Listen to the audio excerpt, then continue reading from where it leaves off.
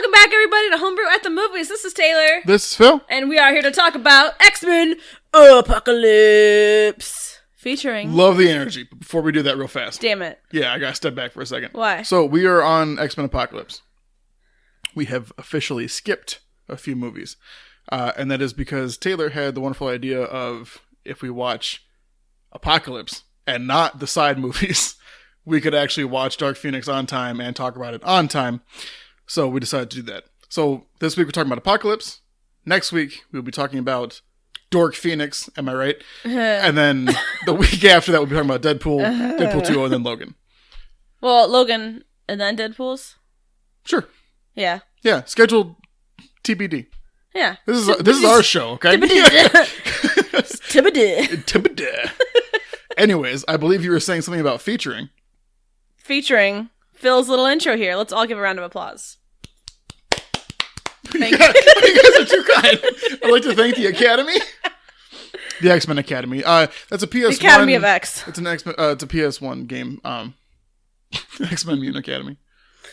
Was it the GameCube game that was... No, that was, what was it? It was like X2. The one you got wrong entirely. Oh my god, what was it? It was like X2 X-Men United Wolverine's Rampage or something like that, wasn't it?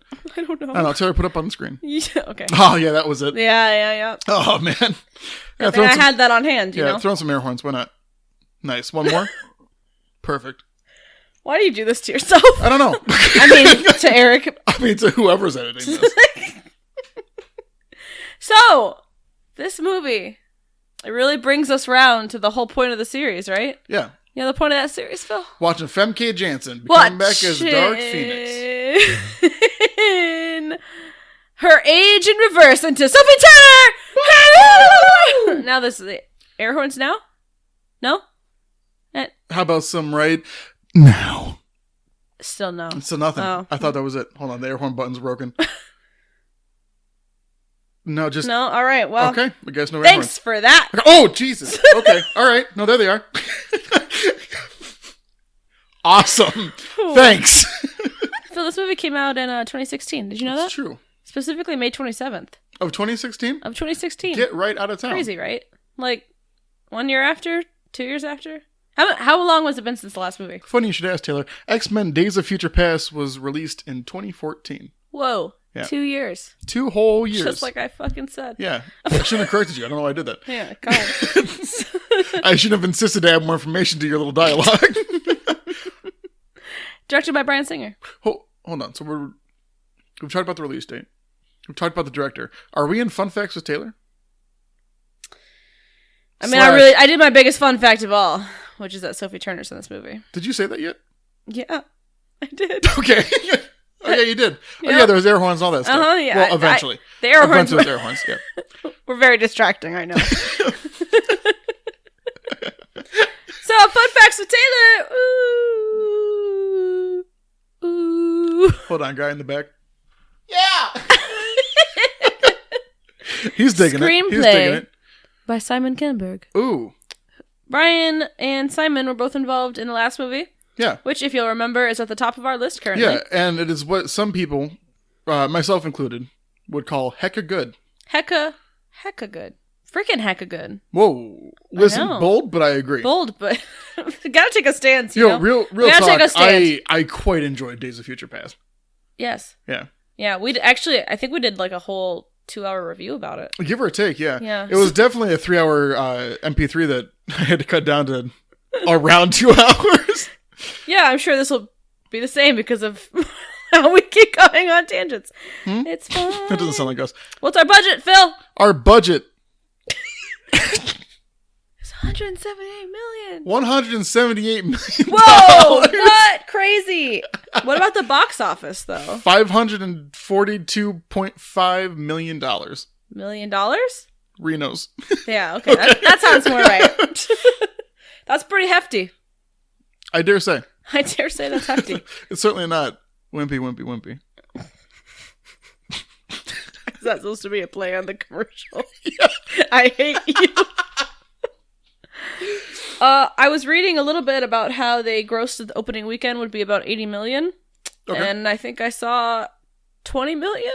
That was their opening weekend? It was real rough. Oh, boy. I might need to get fact checked on that, so feel free to bonk that onto the screen. It's not gonna happen. All right, cool. Yeah. Then that's what we're sitting at.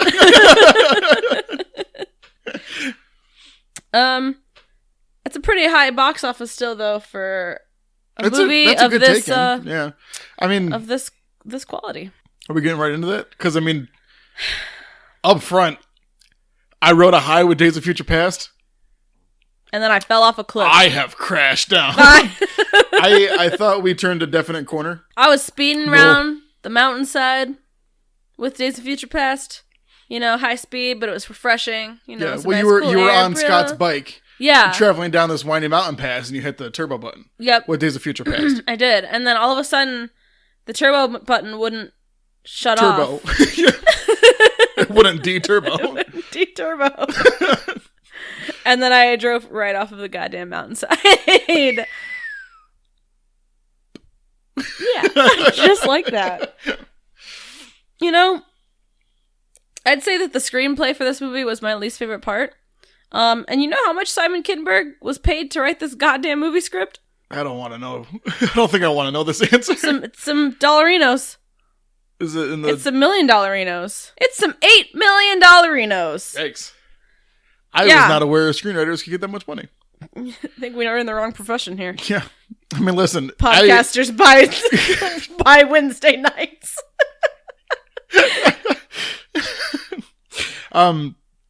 So my thing with the script, I guess, is there was a lot of times where lines went on just a couple words too long. And there's a big thing called show don't tell, which is a very, very big thing in the medium of movies, because that's where you can show and not tell. Mm-hmm. And like the biggest example I have of this is, spoiler alert, obviously, we get when Magneto was confronted by the police in Poland, and then they take his daughter and do something. One arrow kills the daughter and the wife, but there's no metal on the arrow. Apparently, I don't know. There's a whole lot going on there. Anyways, though, so Magneto is over holding his daughter and wife, and he looks up to the sky and starts like crying and shaking his fist, which is a great, oh man, something's happening, powerful moment. And then he just starts not delivering lines very well. But the lines are like, isn't it like, is this what you want from me? Yeah. Or something like that. Is this all I am? Is this all I am? And it's like, listen, we had it. You know what I mean? Yeah. But there's also times where like there was a couple monologues that kind of killed it. Like there was. I'm sorry, killed it. Yeah. In context of the rest of the movie. Yeah. Yeah. Sure. Like the. And then there are some that killed it, but like killed it. The movie. Killed it. They killed the movie. The line where Apocalypse is like, you can shoot arrows from the Tower of Babel, but you can never strike God or something. I liked that. That was an awesome line. Yeah. But that was the best line. Like I was watching, and it's like the whole relatively time. Like it's borderline cheesy too. So. Yeah. And like I don't know. I was watching the whole time, ready for like, oh, I can't wait to quote this with Taylor, and I was like, all right. Nothing really jumped out as like. You kept saying that things like played out too long line wise. Yeah. But like there were definitely moments like that. But I'd say that most of these lines shouldn't have been in it at all. Sure. And we'll get into that because I have lots of quotes in my notes. Tight. Quotes in my notes. Because that's all I could really focus on was just how bad this movie was. Mm-hmm. I pulled a Phil and I stopped taking notes. I mean, I took more notes than you do when you do that. But but I was just at one point just like writing quotes. I was like, I hate this movie. Yeah, I mean, I don't know. It really fell. I think we're gonna tear it apart. Let's do it.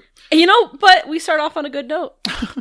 The best note. We get that X fade out. Can I tell you something? Yeah. I don't think this movie deserved the X fade out. Whoa. We didn't even say that about Origins. Well, it didn't have it. Oh, you're right. It knew. You're right. It knew not to have the gall to try to do the X fade out. This one, like, it did it, and I was like, all right. Like, it wasn't even as hype. I don't know. No. What? Maybe that's just your after opinion. Maybe.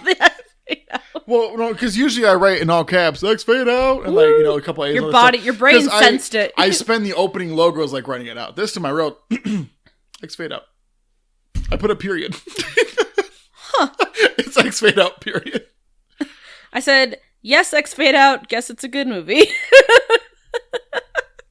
Could you play Famous Last Words by My Chemical Romance here?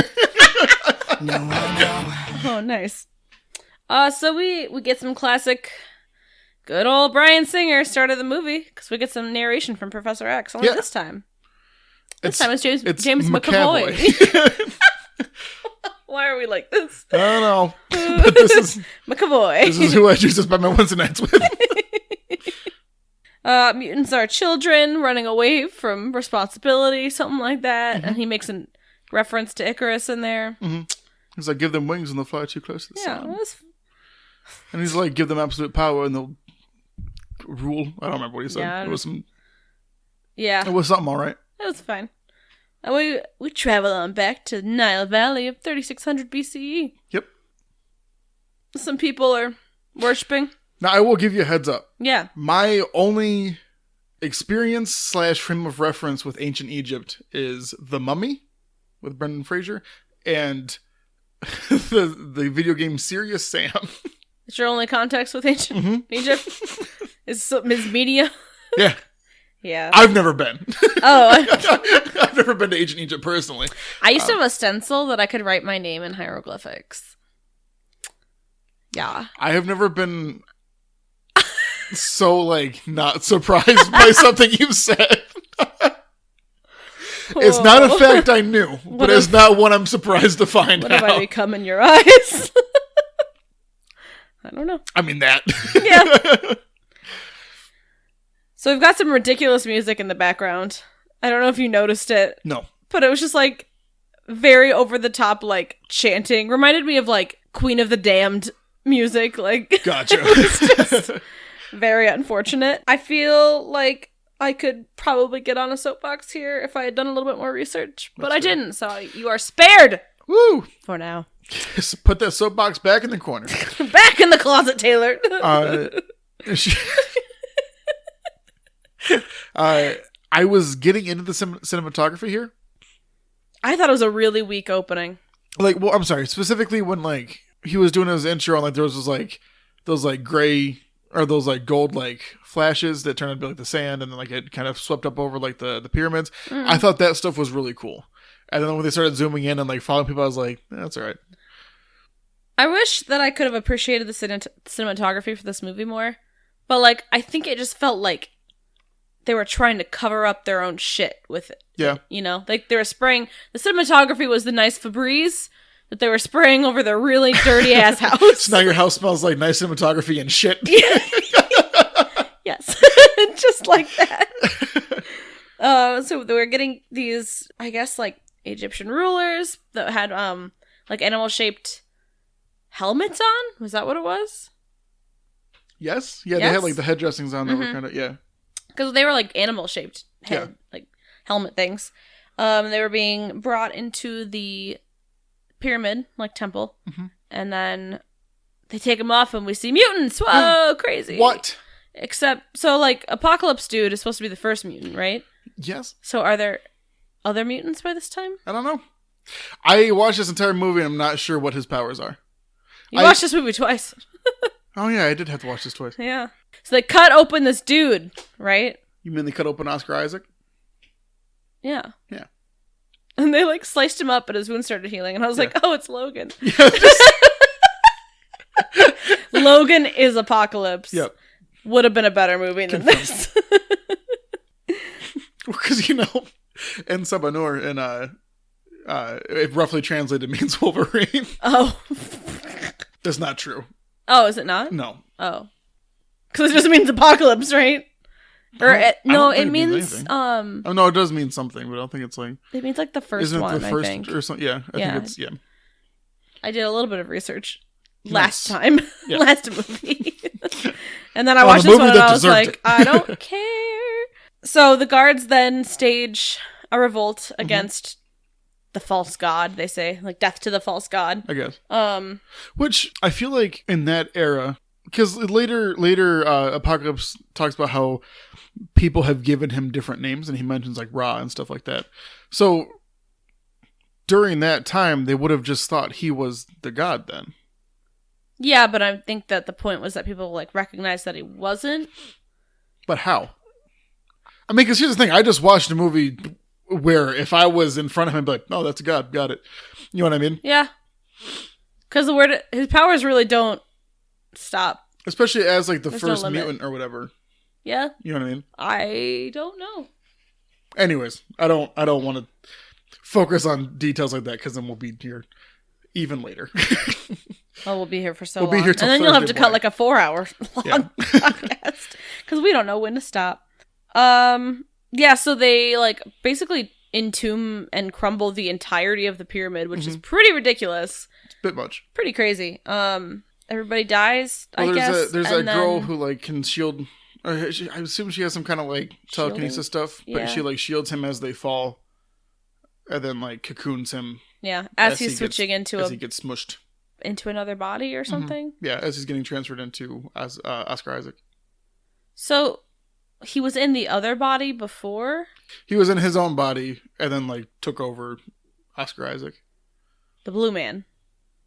No, the Blue Man took his body, which also took his mutant powers, but they made him look like Blue Man, who didn't look like Oscar Isaac, but now he does kind of. Yeah. So he's always blue, no matter what body he transfers into. Weird. I don't understand. I got nothing for you. I'm sorry. Sure. Ohio, 1983. Tight. Little bit of a fast forward, right? Yep. Skip a couple years. We got Scott in high school again. Whoa. Before that, we got Ali Sheedy as a cameo. Hey. Who? The teacher. You meant who's Ali Sheedy, didn't you? Yep. Yeah. So she's she's the one of the girls from Breakfast Club. Oh. Yeah, she's the like goth. Yeah. The freak. Yeah. Oh, I didn't realize that. Yeah, she's also in War Games. And in a couple episodes of Psych. Mm-mm. Uh-huh. No. Oh. If you insist. I do. Well, Ali Sheedy is shitting on Scott. Yeah, which I get. Do you? Yeah. He's probably a shithead. I mean, for the rest of the movie, I don't like him. So I can't imagine someone who has, he does just seem... who's responsible for him for like an hour a day, 5 days a week for like years, I don't think would like him. I guess. This whole scene felt super unnecessary, though, other than them trying to be like enforcing the idea that he's gotten into trouble before. Yeah. Because she didn't have to do the whole like, well, you can go to the principal's office after. Like, nothing would have changed if she didn't say that. So, Scott's freaking out. He's got something in his eye. Yep. Can't get it out. Yep. What is it, Phil? I don't know. He's rubbing. He can't. Percussion blast. Not percussion. But open your eye.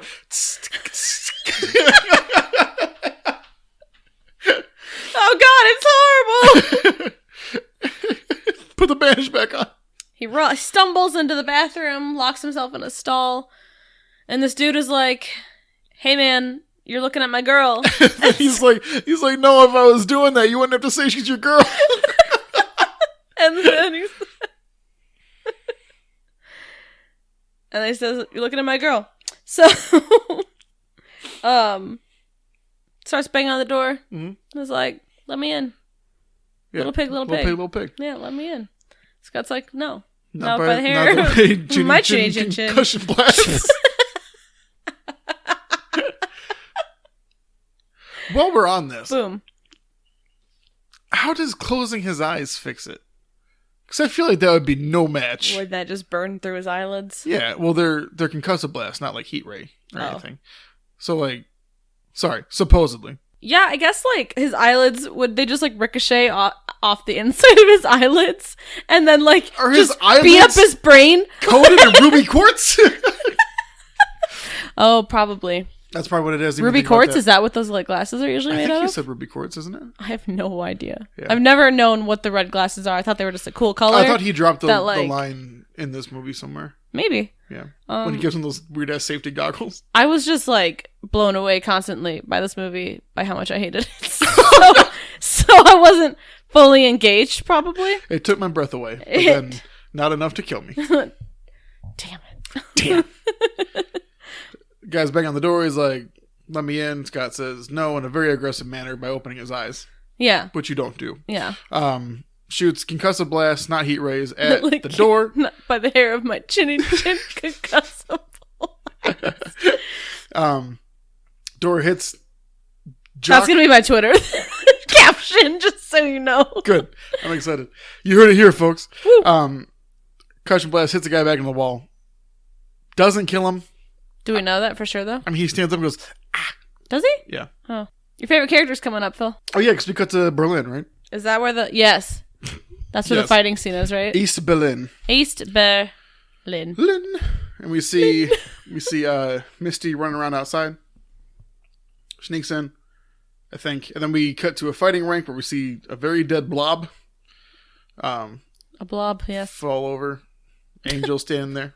Whoa, it's Angel. What? Does that make any sense? I don't know. Nope. Listen, we hear you. Different timeline. I get it. There's a lot of stuff that doesn't make sense. We'll get to it in the wrap up. Yep. Put a pin in that. We're gonna bitch about it. We'll defend it later. And then there's like a crate gets brought in. Yep. Empty out the crate. Yeah, it's Into Nightcrawler. the pin. Whoa, it's a Nightcrawler. I actually really like Nightcrawler in this one. He was one of the better parts of the movie. Yeah, I Yeah. agree. In the beginning, especially, I was Yeah. like, okay, this is a breath of fresh air, Yeah. actually. Yeah. I liked him. Like, I Cuts don't Wagner. want to fight you and Yeah. all that kind of stuff. And Angel's And like, then if you owns fight the me. shit out of him later. Yeah. If you don't fight me, they'll have to kill you. Or they'll kill us both. So they fight. They fight. Meanwhile, Mystique goes to like overload the generator. Yeah, or she something. flirts with the German Yeah. guard and then knocks him out. Yep. Mama said knock him out. Mama said knock him out. And she did. She did, and she do.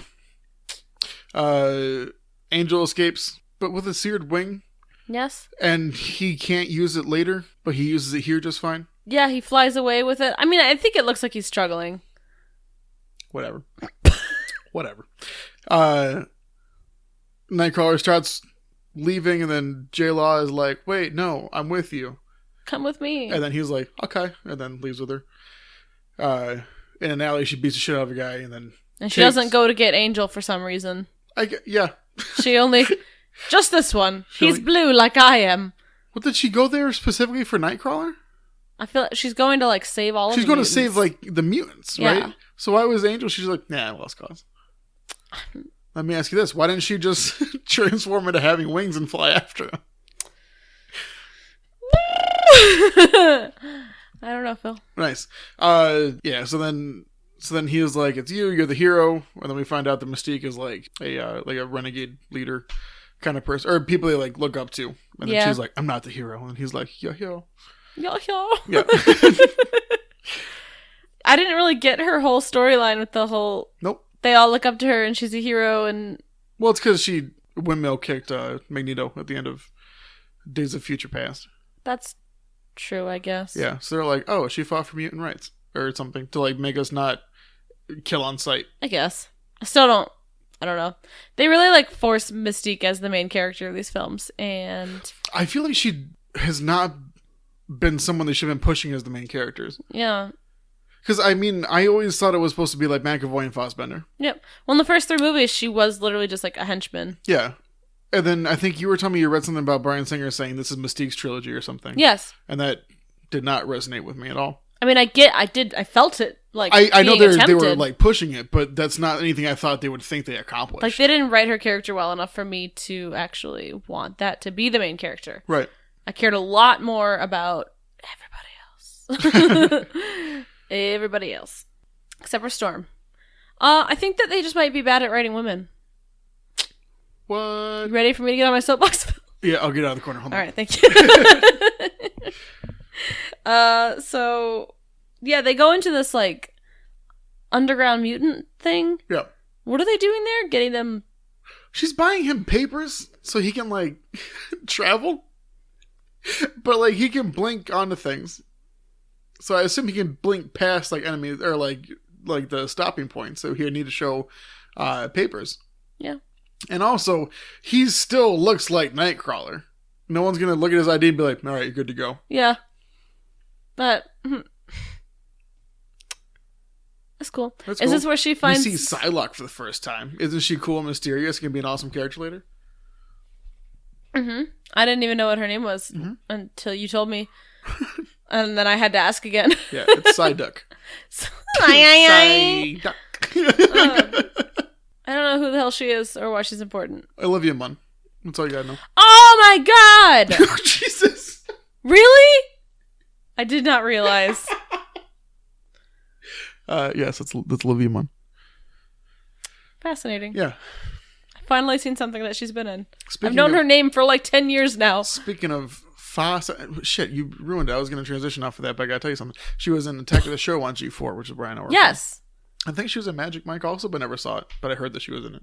Yeah. Attack of the Show is how I heard of her. Yeah, on G4. Yeah. Anyways, though, speaking of fascinating, we cut to Poland. 1983. Fascinating. And we see just a simple metal worker trying to make his day-to-day life. Mm-hmm. Yep. Just played by Michael Fassbender. Fascinating Bender. Yep. For no reason. Goes home, has a wife, has a kid. Yeah. She's like, Papa, they're going to take you? And he's like, no, never. Because we have to have the, evil, gone good character go through his, lumberjack phase, right, Phil? Yeah. Michael Foss lumberjack, I don't know. Doesn't work as well as lumberjack. So him and German Kayla Silverfox have a kid together, and Nina? I believe it's Nina, yes. Or Ina or something. It's something like that, yeah. Yeah. Those are the vowels. Mm-hmm. As soon as I saw this, I was like, oh. Yeah, I wrote my notes. This isn't going to end dead. Well. I think I visibly or audibly out loud. Mm-hmm. She dead. Whoop. Especially because she's like, they're not going to come and try to kill you, Dad, are they? And he's like, no. No. Just you, honey. Just you, baby. And then... Oh, and he sings her a little song. Yeah. Maybe he should stick to metal.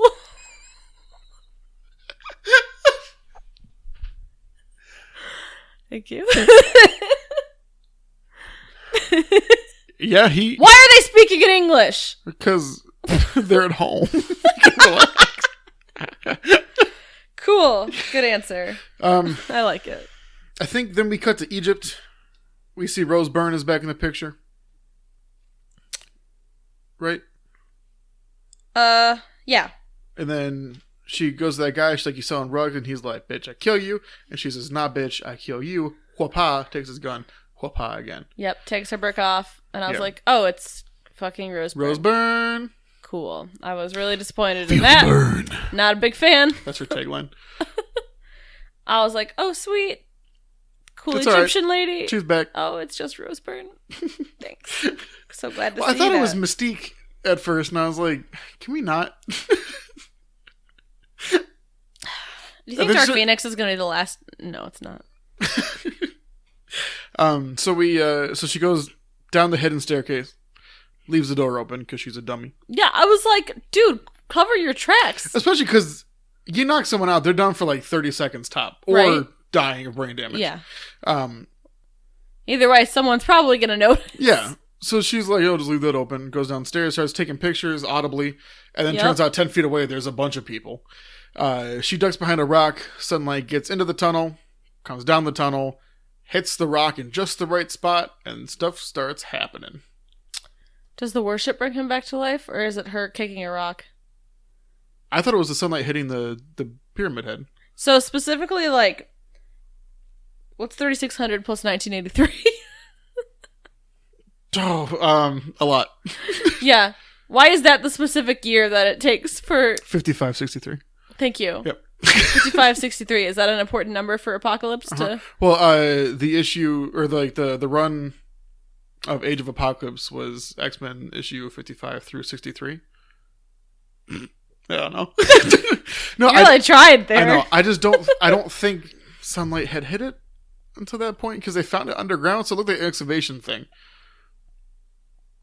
So specifically Rose Byrne coming in there and opening up the door? Yeah. Is leaving the door open what caused? Yeah, that's what I read it as. Oh, so this is all her fault. Yes. Got it. But it's Moira. Hello, Moira. Moira. Oh, shit. That's how she responds to that at the end of X3. Oh, Jesus. Yep, so then, yeah, stuff starts happening. Yep. She's crawling her way back up through the hole she came down in. We do get a shot of Ivan Ooze playing Apocalypse, though. Who? I'm glad you asked. The bad guy of the first Mighty Morphin Power Rangers movie was one Ivan Ooze. Ivan Ooze. And I'm assuming you're going to put a picture here. Yeah. Okay. Him. Cool. Oh, it's that guy. Yeah, wow, that's they look Ivan so Ooze. similar. That's crazy. Right? Is that the same person? No. Oh. Oscar Ivan. Oscar Ivan. God damn it. So Moira should have ate shit and died right there. Yes. After that point, I assume she did. Honestly. She did not. No, I know she didn't. Yeah, so we show... But, unfortunately. We show all the earthquakes happening. Did we have the Jean Grey dream sequence yet? No, because first we did skip a little bit of a scene where Alex Summers brings Scott to the school. Yeah, whatever. Yeah. That happens. But that's where they bump into Jean. And I've audibly cringed. Yes. Yeah. If you recall, because Phil watched this movie I thought with me. someone closed a steel trap door somewhere. Just my cringe. Oh, they did like a slow motion stop, and then she slowed everything down. It was like this moment of, oh, it's the love of my life, and then he bumps into her, and then she like tosses her books aside. Mm-hmm. I'm sorry, not tosses. Gets thrown.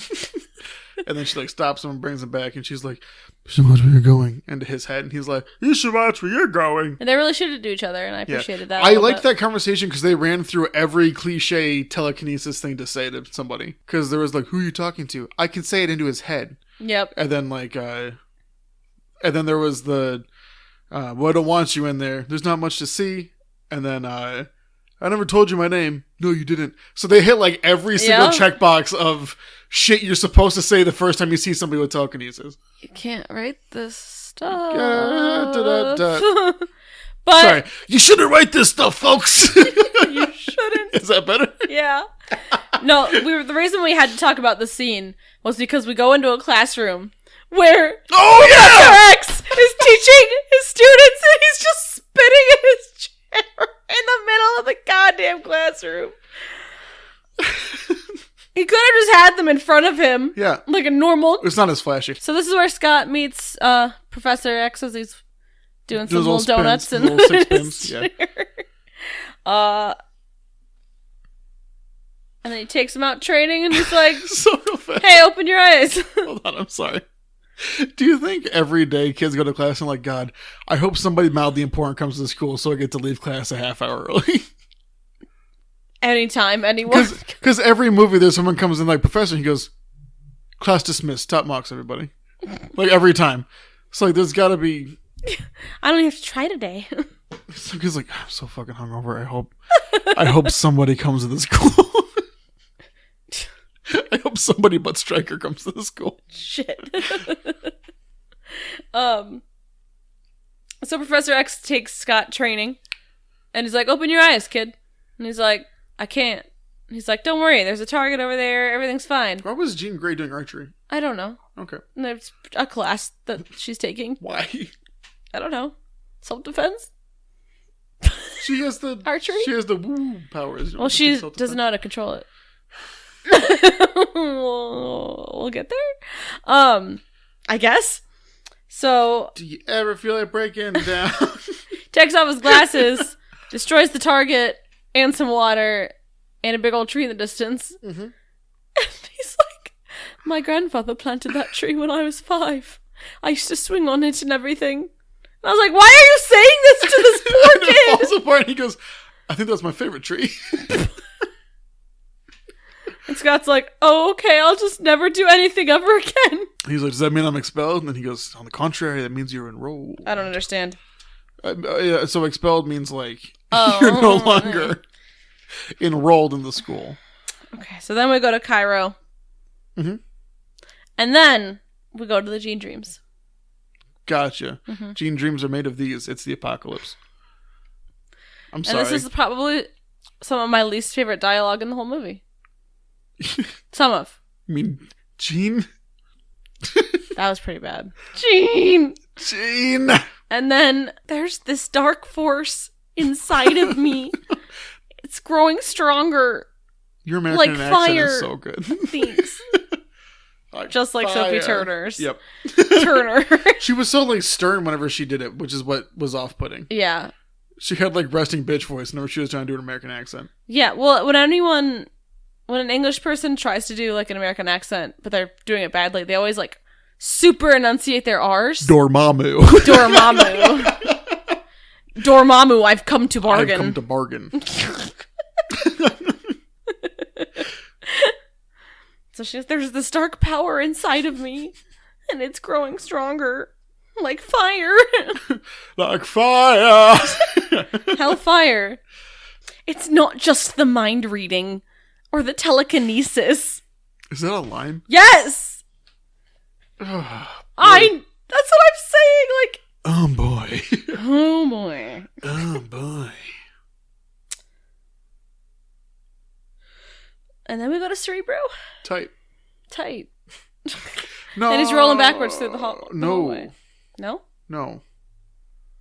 Because we get the shot of them in Berlin doing like the boom earthquakey. I hope that was clear. And then we see Magneto in the metal plant. Oh. Save a guy's life. Because like they're like earthquake. You're right. And then stuff starts falling apart. A giant vat of like lava starts falling on a guy and gets stopped by. That was a big oof moment. I was like, ooh. Yeah. He stops and puts it down like just next to the guy. He starts looking around, and they show the first guy they showed that would like turn away and like shook his head a little bit. I was like, oh fuck, somebody saw. Mm-hmm. And they showed like 6 more people, and I was like, cut to a different scene. It's like nobody did post-production editing on this to figure out what should be cut shorter. Nobody did editing on this movie at all. Yeah, and later on in the wrap-up, I'll tell you how to save 25 minutes off this god-awful movie. Oh, I can't wait. So there's earthquakes all around the world. Duh. Because of Apocalypse and Cairo and everything. Yes. And then we go to Cerebro. Yes. And I don't know why they're going to Cerebro. Because the epicenter of it was in Cairo, so they're going to go see what happened there. Oh, I see. And then Xavier is in Cerebro. He's wheeling backwards. Yeah, because he's like wheeling himself backwards to like have eye contact with Hank. But earlier he's wheeling himself. Yeah, in the training grounds, he like goes to a manual for some reason. Yeah, I don't know. Is that like his exercise for the? Kind of get his arm routine in. So he's in Cerebro. Puts it on, channels into Cairo, and then sees Moira, and he's like, oh, shit, it's my girl. It's my bitch. It's my bitch. The girl whose memory I wiped. Wiped. And then he's like, I forget, but they set up a couple kind of witty things. It's like, Hank's like, how's it look? And he's like, she looks great, hasn't aged a day. And he's like, no, Cairo. And then, witty, huh? I implied air quotes. Okay. It's a podcast, so I didn't do it. And then he was like, she's flying back to Langley to give a report. We'll meet her there. I want to check out what she knows. Not a single line of good dialogue in this fucking movie. It's the dark forces. The dark force is like a fire rising up inside of me. I'm sorry, Sophie. I'm really disrespecting you here. I don't know. I missed that entire scene because I recognized they were talking, but I must have just not caught what they were saying. She was like, I saw the apocalypse. And he's like, it's just a dream. And she's like, no. He's like, your powers are you're the strongest mind I've ever encountered. So your mind is making you believe it. She's like, no, it's not the mind reading or the telekinesis. It's real. He's like, okay, honey, sure. You know, this episode's going to make us you and Sophie Turner can't be friends because she'd be like, I heard what you said about me. Once we get famous, I'll be like, listen. You'll have to like issue a public apology. I love Sophie Turner. But girl, you gotta work on your American accent. It might be better for Dork Phoenix. We'll see. That's all I'm saying. Yeah. Dork Phoenix. Fingers crossed that it's at least better than this movie. I'm setting the bar real low here, okay? Yeah. And then I think we go back to Fassi. Fassi boy. To Fassi. Yep. He's like, we gotta go to his wife. Because we had the cliche, bad guy who goes good for a couple minutes. Now we get the we gotta go stuff where they pull out that one drawer and set it down. It has all their go shit ready. Yeah. It's there's the wads of cash and the passport and the fake ID and shit. Yeah. And then he's like, we gotta go. And she's like, we can't. This is Nina's home. And he's like, we're her home. We are her home. We are her home. We are her home. We're her home. I think this was the scene where he was closest to breaking into it. Dude, I could hear the strain in his voice of him don't go Scottish, don't go Scottish. They got me so good on the other movies. He's man, they were ripping me. I'm not going to do it. Those homebrew at the movies, people. I gotta be careful. They're brutal.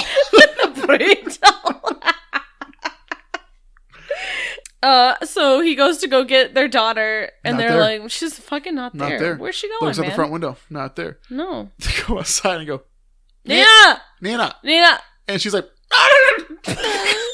she makes a really fucking weird noise.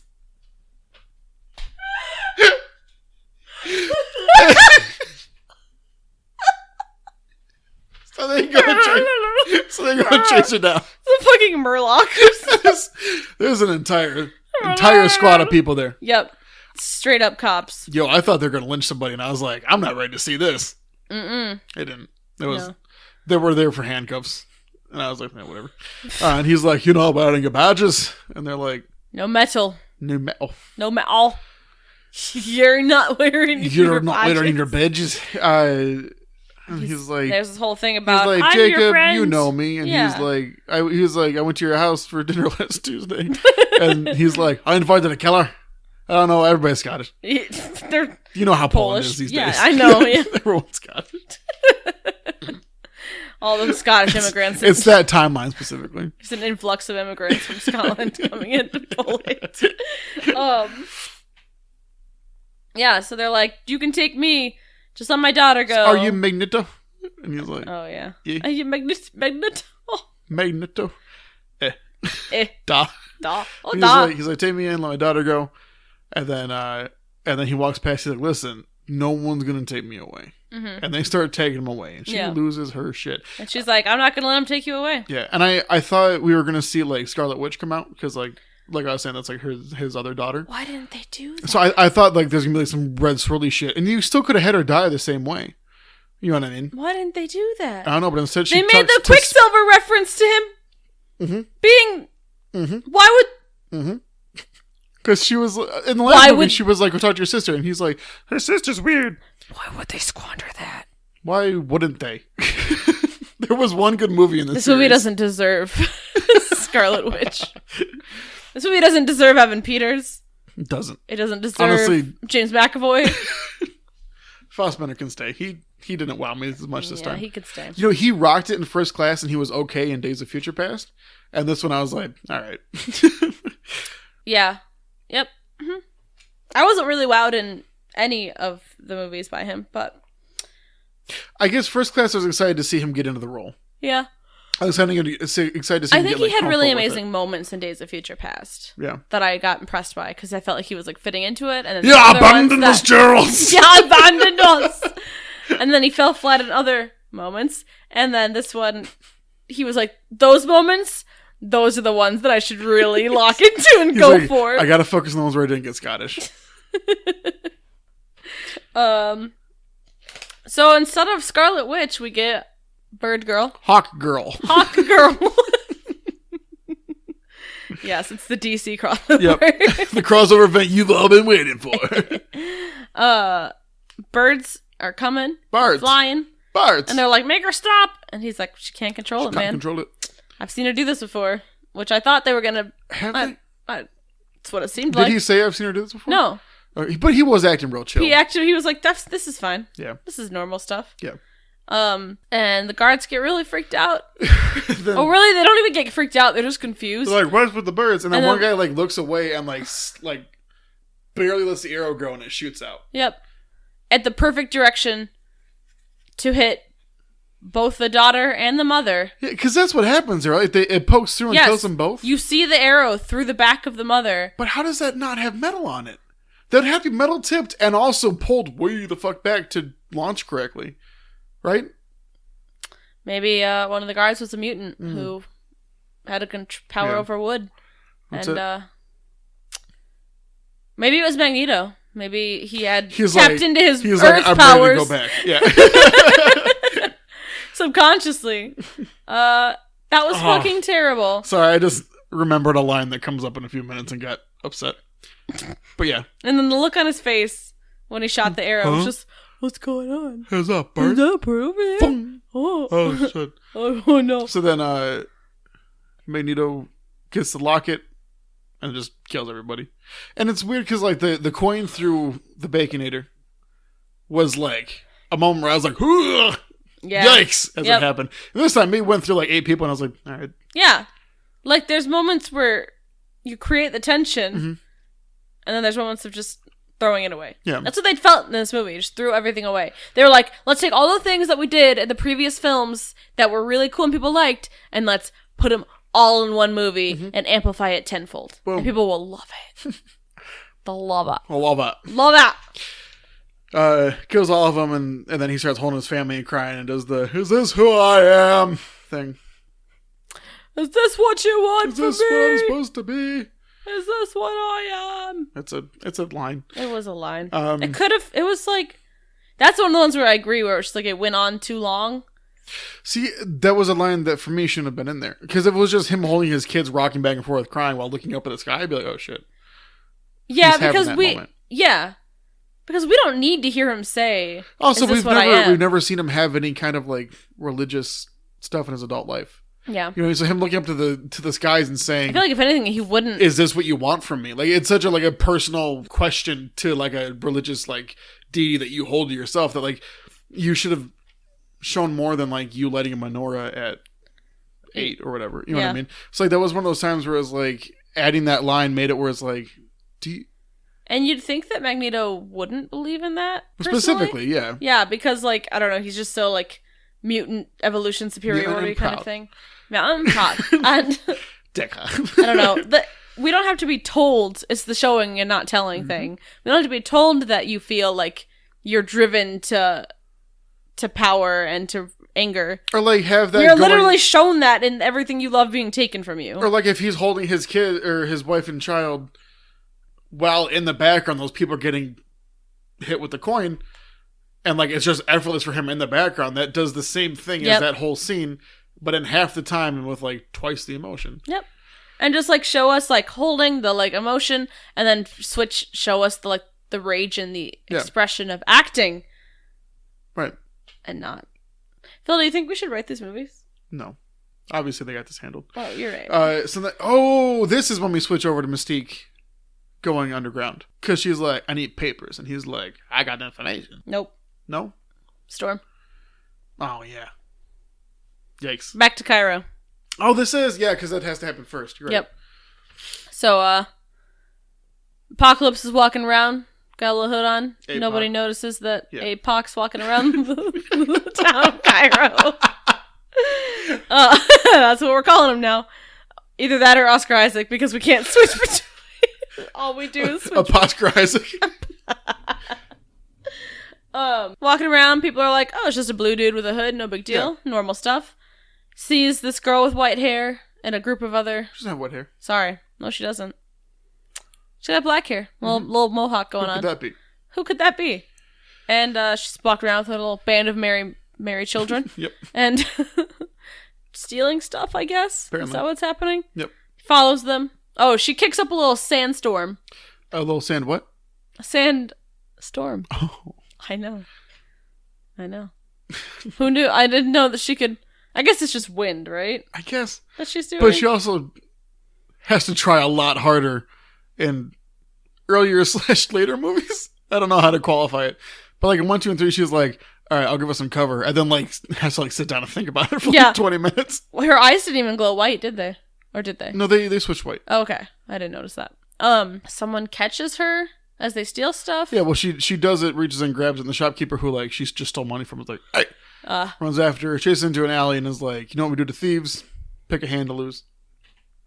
APOC comes around the corner, and then the guy's like, dude, beat it.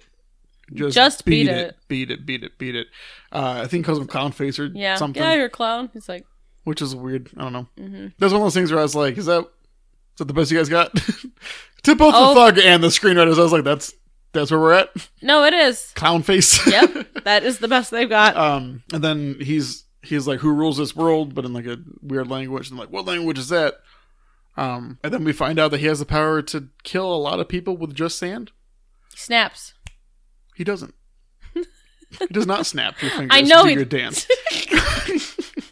It's the symbolism. It's the metaphor. You're right. I'm sorry. It's the metaphor of him snapping. Yeah. So sand like comes out of the wall and like decapitates 3 people. They like become sand though. They like dust. Is that what happened? I thought it just like shot through them and like killed them. I think he has like 10 different powers because I think they like disintegrated essentially. Like gotcha. They became sand and then he like melds this other dude into a wall. Yeah. And then... Which is a thing, I guess. Storm is like, you can't just do whatever you want to do. And he's like, bitch, I think the fuck that I can. Yeah. And then he turns around and goes, turn down for what? And walks away with sunglasses on. Yeah. But and actually follows Storm wherever she takes him. Yeah. Yep. Cool scene. So, Moira didn't eat shit and die, I guess. No, she did not eat shit and died. Sure. So she's in her little office building. Yep. Charles and Hank are... nope. Alex? It's Alex. Yep. Alex are walking in. Freezes everything. He's like, I'm going to go talk to my girl. Mm-hmm. My girl. I feel cute today. Might roll in. Might roll. And he's like, hey, tell me everything you know about what happened in Cairo. She's like, no. He's like, I'm clearing stuff at 5. And she's like, tight. Gives all the information. Yep. I don't like that it was that easy. And also he kept saying stuff like, really cringy stuff. Oh yeah, because he was like, "You have a son," and she's like, "Yeah," and he's like, "Does the son have a husband? Do you have a husband?" Ugh. And she's like, "I did, but I chose the job over the family." And he's like, oh, "Good." Yeah. Yikes. Smooth. We find out that we get to the closest that this movie gets to calling the bad guy Apocalypse. Yes. By referring to him as an apocalypse. Yeah. We find out that she was following her cult that was following the first mutant, and then Alex is like, I thought first mutants were from this century. He's Kermit now, apparently. It ain't easy being Alex. And then she's like, that's what we thought, but they think different. Yep. Mm-hmm. Yeah. And then she's like, there's always 4 people with them, the 4 horsemen of the apocalypse. And then Alex was like, that what that was supposed to be? And with Alex him? was like, oh, they got that from the Bible. And she's like, or the Bible got that from them. Put that in the trailer. And they're like, all right. Oh. I totally didn't pick up on the 4 horsemen thing being like the 4 mutants he gets, right? Right. I totally did not realize it's because none of them have the associated, like... And I feel like they'd ever, like, quality. Give us a shot of that. No? Or, like, any... I don't know. There's no, like, imagery there that led to that. No, Bad! The closest is when Magneto is talking to, like, Charles. And he steps off to the side of, like, the room. And he's, like, talking to Charles. And then in the background, you can see they've all stopped what they're doing and are just watching. Yep. They're, like, out of focus, but they've all stopped and turned towards Magneto as he's just talking to himself. So is it Storm, Magneto, Angel Boy... And Psyduck. Oh, inside. Inside. And then before that scene cuts, she's like, some kind of apocalypse. And Charles says... End of the world. All this stuff. And he's like, oh, an apocalypse. No, he said the end of the world. Oh. I thought they said apocalypse twice. They do earlier. Oh, that's Someone right. was like, it's an apocalypse. Alex said it's like apocalypse and blah, blah, blah. And every 4 horsemen, all that stuff. I think each character mentions the apocalypse. Yeah. And then she says, it's like an apocalypse. And Charles says, the end of the world, because the audience needs to know that that's what apocalypse means. There's always 3 to 5 words too long in each line. There is yet to be a scene where I have enjoyed the dialogue. Please stop me and point out if there is something that I enjoy. Is this when we go to Berlin? No, Storm. Because we go to her little ramshackle. Her little place. Yeah. And there's a TV. Uh-huh. And I Love Lucy, I think, is on. Sure. And I don't know, there's a poster of Mystique on the wall. Yeah. And she's like, there's laws and systems in place. Yeah. He's like, I don't care. I can do whatever I want. Did you see what I did back there? Yeah. Dabs. And then and then he's like, I'm gonna touch this TV. To learn English. She's like, why are you touching that TV? And he says, I'm learning, I think is what he says. Yeah, she's like, what are you doing? He's like, learning. And then he learns about all of the people. I'm sorry, he says, learning. Oscar Isaac was not great in this film, but I don't think that's his fault. No, I enjoyed exactly one actor in this film, and that was honestly for only like 80% of their scenes. Yeah. So he learns all about the world powers and everything from the TV, and it's like the weak haven't inherited the earth. He also kept saying superpowers.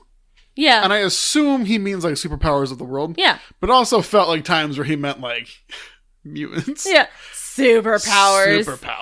Okay, sure. It was like comic books. The weak have taken the earth. I said, Oscar Isaac, you deserve better. And then he looks at her and he's like, I can do whatever I want, and I'm going to destroy these people. And well, he was like, this world needs to be, and then says in like his old language, he says cleansed. And then she's like, what? And he says, saved. Mm-hmm. But my thing is, like, if he's already like, this girl's going to follow me to the ends of the earth, why is he lying to her? Yeah. Why is he like, oh, I got to cover that up? Yep. Why isn't he like, I'm about to fucking kill everybody, let's do this? But then tell her, like, it's for a good reason or whatever. Yeah. I don't know. But then he turns her hair white. Mm-hmm. Mm-hmm. So I'm going to unlock your power. He like changes this radiation machine that's going to turn New York into mutants. And then she's like, all right, Apocalypse, let's do this. All right. I'm ready. I saved your life. He's like, no, you didn't.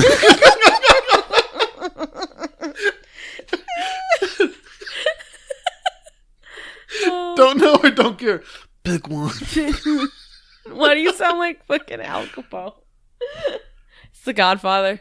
Yeah. Also, not Al Capone. But that's, I know. What's his name? Marlon Brando. Yeah. But what the fuck is Al Capone? I don't know. I'm going to say an answer. You can go, actually, it's, and then dunk on me, so I'm not going to give you any information.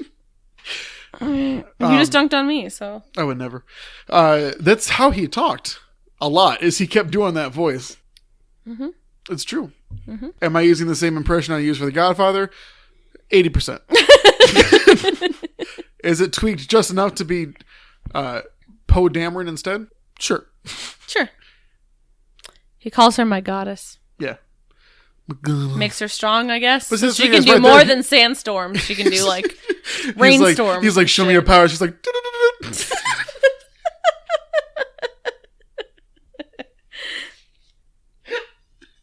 and then we go to Mystique Underground.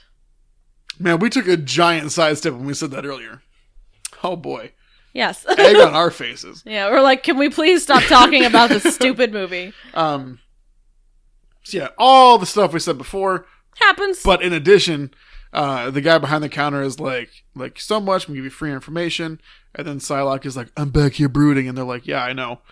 And he's like, I'm giving you free information. Why was she was brooding? What was she doing? Psylocke, because she's like his enforcer or whatever. Oh. But like, she was like, ask your psychic what's going to happen if you keep asking me questions. Oh. And then Psylocke's like, what's going to happen? And it's like, stay the fuck out of it. That's what's going to happen. Mystique could probably kick your ass. Because she would just turn into fucking Beast or something. I don't know her powers. So can she turn into Wolverine at this point and just stab somebody? Mystique? Yeah. She could, right? Yeah. Because she has before. I'm sorry. In the not too distant future. In the not too distant future. But like, she has encountered him and seen him in action now. Yeah. She can. Okay. She hasn't. So if she's wanting to free all these mutants, why did she enslave one to the Weapon X program? I don't... I was waiting. This whole movie. I was waiting for any kind of payoff. And there's for the cutscene at the end of Days of Future Past, if you have all forgotten, that Phil was so happy to see. I'll kill you. Was at the end, they lifted Wolverine's body from the river, and it was Stryker who turned around. We were like, ooh, he's gonna put the adamantium on him, Weapon X, all that stuff. It makes it Yellow Eyes. Flash's little baby yellows. Mystique. What? Yeah, and we don't get any payoff for that. None. We'll get there. There's a line that refers to the fact that Stryker knows who Mystique is, but that's it. And also that could happen. Stryker would know who Mystique is because either way. Yeah, earlier in the movie. Her. Yeah. Yeah. And also, like, she, like, rescued all those mutants from that war camp in the beginning of the movie. So, cool.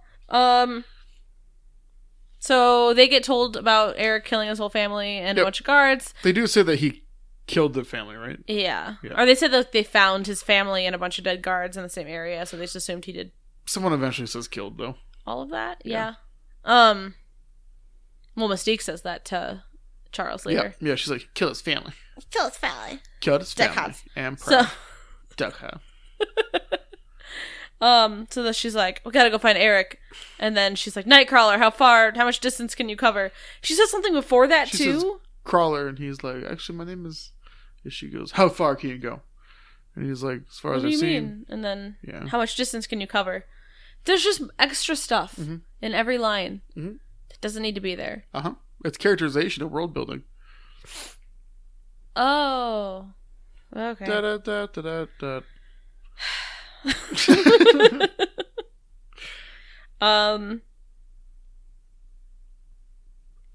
We get a scene with Hank and Scott. I don't know what happens. They're at the school. Is this when he gives them the glasses? We get some glasses. Yes. I don't... You give him glasses. Yeah. Does he see Jean? Oh, yeah, because he's like, open up. Wait. It depends on what people. He's like, no, open up. And he's like, oh, I can see. And like he looks to his left and sees Jean. And he's like, bam, bam, bam, bam. And then he walks over. Walks over to her. She's like, oh, you can see now. And he's like, yeah. Oh, you can see now. Yeah. Oh, you can see now. Oh. Yikes. She did okay in certain times. It wasn't all bad. Yeah. Just a lot of it. I did not like Scott Summers' actor. I'm going to throw that out there. I really did not He's a kid from Ready Player One. Ty... Sheridan? Yeah. Yeah. No, not a fan at all. I mean, I liked the little shit vibe that we got from him, kind of. Because I can totally see that Scott was a little shit. I was not a fan of him in the first movie. We'll skip ahead to where you asked me about my dream casting for Scott Summers, and I'll just give it to you. What's the kid from Baby Driver and Fault in Our Stars? It's Ansel Elgort. Yeah, that guy. Mm-hmm. I think he would have done primo. He would have been aight, probably. I mean, he would have done the like smug but also charismatic a lot better, I think. Yeah, I could see that. I think most of it falls to the writing. Mm-hmm. Let's get James Marsden back. Yeah, just James Marsden plays. Put a pause on Westworld and let's get him back. Put a pause on the new Sonic and the Hedgehog movie. When did Hawk come out? Was that around this time? I don't know what that movie is. I know that he's in it. Oh, that's the movie with James Marsden and the Easter Bunny. Yeah. I've never seen that or know anything about it. We're not going to change that. I'm not going to say next time on Homebrew because we're not going to watch next time on Homebrew. James Marsden Cinematic Universe. The JMCU. I don't know how their conversation goes, Gene and Scott. Oh, they're definitely in love now. Oh. I see. At least they don't push that. I don't know. Movie. Here's the thing. They might have thought they pushed it.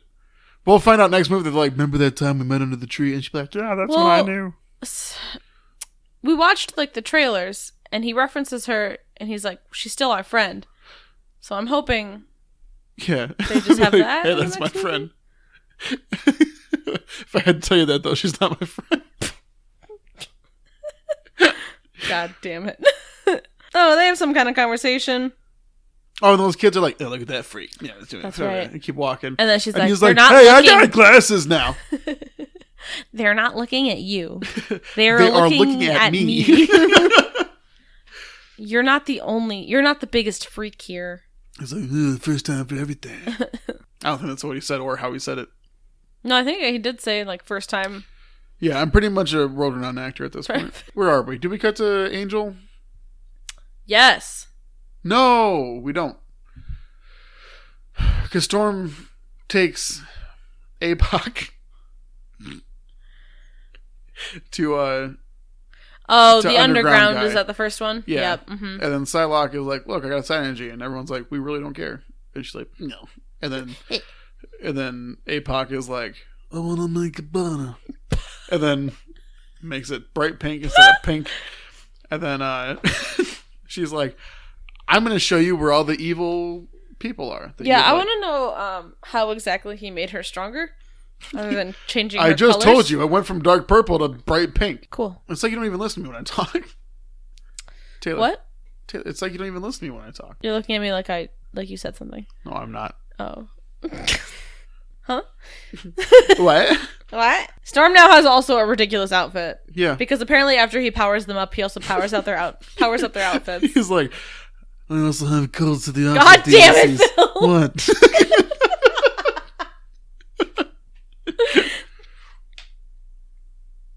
Apocalypse just wants to make the mutants stronger. And fashionable. I don't know why anyone's trying to stop him, honestly. Oscar Isaac just has a mission. He's doing God's work. And he's doing Apocalypse's work. He's doing Apox's work. You know, I really thought APOC was dead. God damn but he's it. out here still making mutants more powerful and changing outfits. So we head back to the school. Sure. Yeah. Scott is hanging out at the window. Yep. There's a new kid, isn't there? Oh, it's Nightcrawler. Oh. Nightcrawler's walking. He's like, hey, what's up? Scott's like, let's get the shit out of this stupid school. No, we see Raven and Nightcrawler come in. And then Nicholas Holt. That's right. Sorry, Nicky Holt is like, Raven, neither of us are blue. I don't remember how the line came up, but that's a summary of it. And then Nightcrawler's like, I'm blue. I'm blue. Duppity. And then Nicholas Holt is like, I'll show you around. And she's like, I'm here for Charles. And then he's like, oh, Professor's not here. And then things happen. I don't know. We eventually get to a point where he shows her the warplane, and she's like, you're working on a war. And he's like, I thought we were going to fight as the Xmen after Cuba. We should have had this conversation at any point in the last 20 years, but we didn't. While this is happening, at some other point, Nightcrawler is being introduced to the kids. We see Jubilee. She's in here finally. Oh, yeah. And you're going to say, who's Jubilee? I'm going to say, watch the first episode of Xmen, the animated series, where you also would have seen the Sentinels. I knew her name was Jubilee, though. Yeah, whatever. Phil, are you going to make I will not be Are mocked. you going to make me watch this? No, but then I can go morph, and you'll understand what I'm talking about. So Scott's like, it's my third day here. I'm ready for a prison break. And then Jean Grey's like, we cannot leave the school. And then he's like, we gotta go to the mall. And then Kurt's like, what is the mall? The mall. This is a... She's like, this is not the mall. This is Newark. And he's like, let's go. Pop, pop. This is a matter of national pride. We have to go to the mall, see? See, because he's snarky and charismatic, and we're supposed to like him. Because he's going to be the leader one day.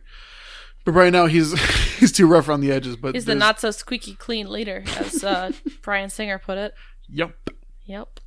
So then he's like, show me where the cars are. And then we don't see where the cars are. That's when we flash to Archangel. Battle Angel. They pop on in. Yeah. Oh, yeah, he's up there listening to Four Horsemen by Metallica. Yep. Which is... What was that you said about that? I was like, what's it? What's it on your nose? Oh, that's on the nose. That's on the nose. Woo! So the portal thing opens, they step out, and then he's just drinking and, like, is an angel. I don't know. Hops down, and he's like, get the fuck out. And they're like, no, come with us. And he's like, no. And then he's like, I'm gonna make you stronger. And then I'm gonna get you touches him. You can't refuse. I'm gonna give you some feathers you can't refuse. Literally, he cannot refuse them. Yeah, He's just forcing it just them on happens. him. Yeah. What if that killed him? Oh well. I don't What know. if those popped? He just Does started he bleeding even out and say died? like one line of dialogue after the scene in the whole movie? Nope. Yeah. So. Oh no, he goes later.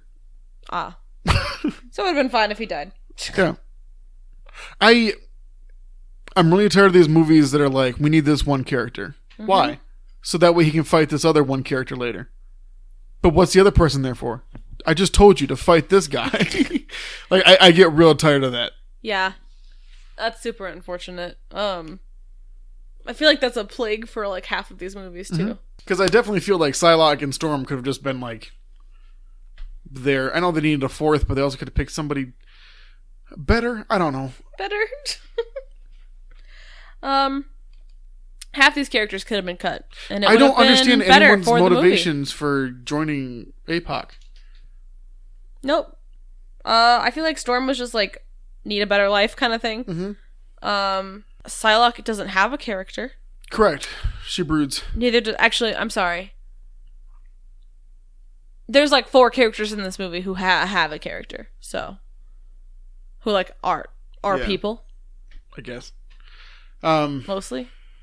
Because of the precedents already set. Mm-hmm. The build-up already set in the other movies. Yeah, and that's just the character following through, not like, look, we're still doing it. Mm-hmm. Anyways, he joins the thing.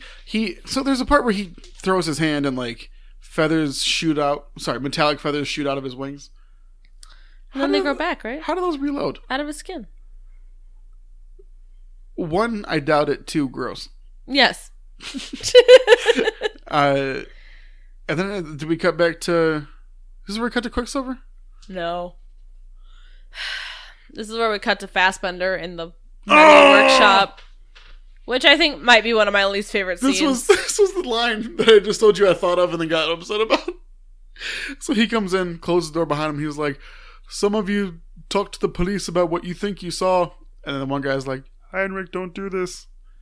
And then like he starts like shaking think of the your metal. mothers and your sisters and your daughters and your wives. Think of someone you love, your mother. And think of how they're going to miss your daughter, your wife. Your wife. And he's like, I'm going to show him like how to live with the pain of losing you or something. I don't know. Forever. And then like the purple happens. Then he turns around and the fucking Suicide Squad is behind him. And he's like, who the fuck are you? He does say, yeah. Who the fucker? Who the fuck are you? And then APOC is like, I'm Mackenzie Sales, head cheerleader. And then link down to. And then he like starts walking up to him, and then Magneto says, "Oh,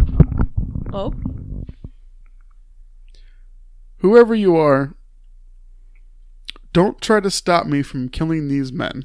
Yes.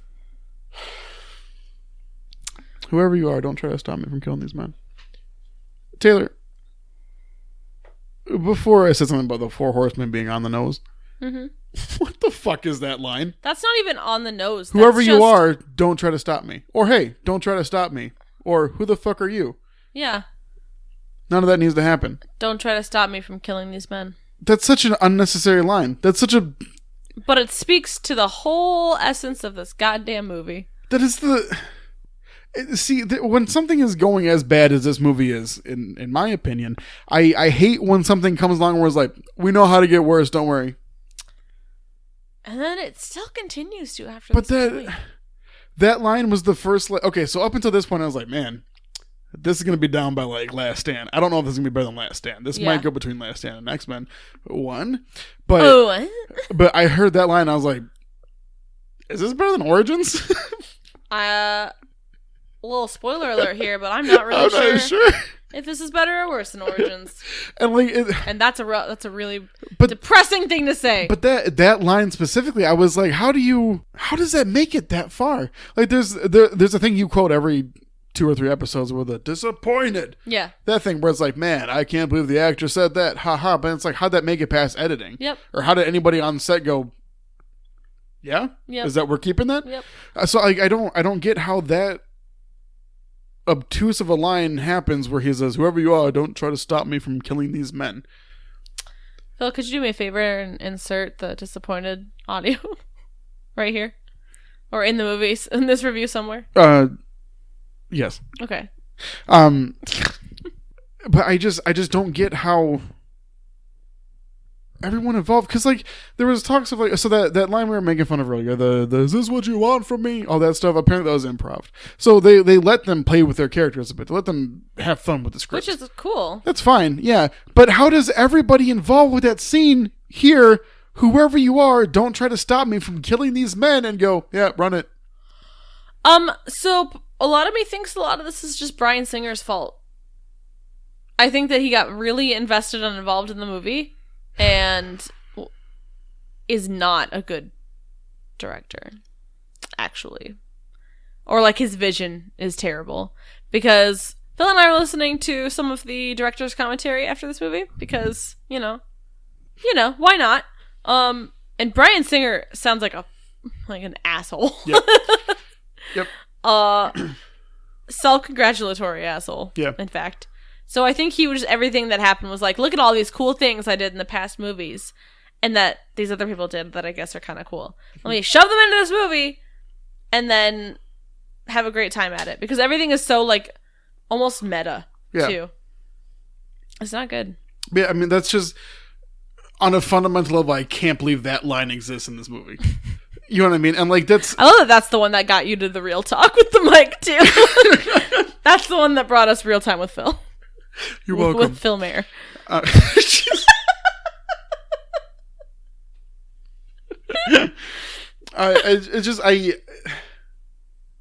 actually like paused the movie afterwards and I was like, that just happened. Yeah. Like it's, I don't know, because bad lines happen, but stuff like that where it's so, again, this breaks down the whole show don't tell thing. It's just where it's so, this is my character's motivation, I'm going to tell it to you right now. Right? And if like this had been a one-off instance, if the rest of the movie was decent, I would have been like, oof, ouch. No, they definitely heard it. There's no top spot. but it's okay. Like, it's fine. Yeah. Like, that part saved it. No. And it even gets to the point where, like, he's like, don't try to stop me from killing these men. And then, like, just, he kills all the men. Like, I'm sorry, APOC kills all the men. He just, like, sinks them in the floor or whatever, Kitty Pryde style. And then... Kitty Pryde style. But we could have had a thing where Magneto gets upset that, like, he took that from him. That he didn't get to, like, go through that. There's none of that. It's just, oh, they're dead. Okay, what'd you want? Yeah. That's not how the fuck that goes. Like, he was seeking vengeance, and then there's no character development. It's just putting them from one point to another. This is like plotting writing. Oh shit, we need a scene where Magneto confronts those assholes at the metal shop.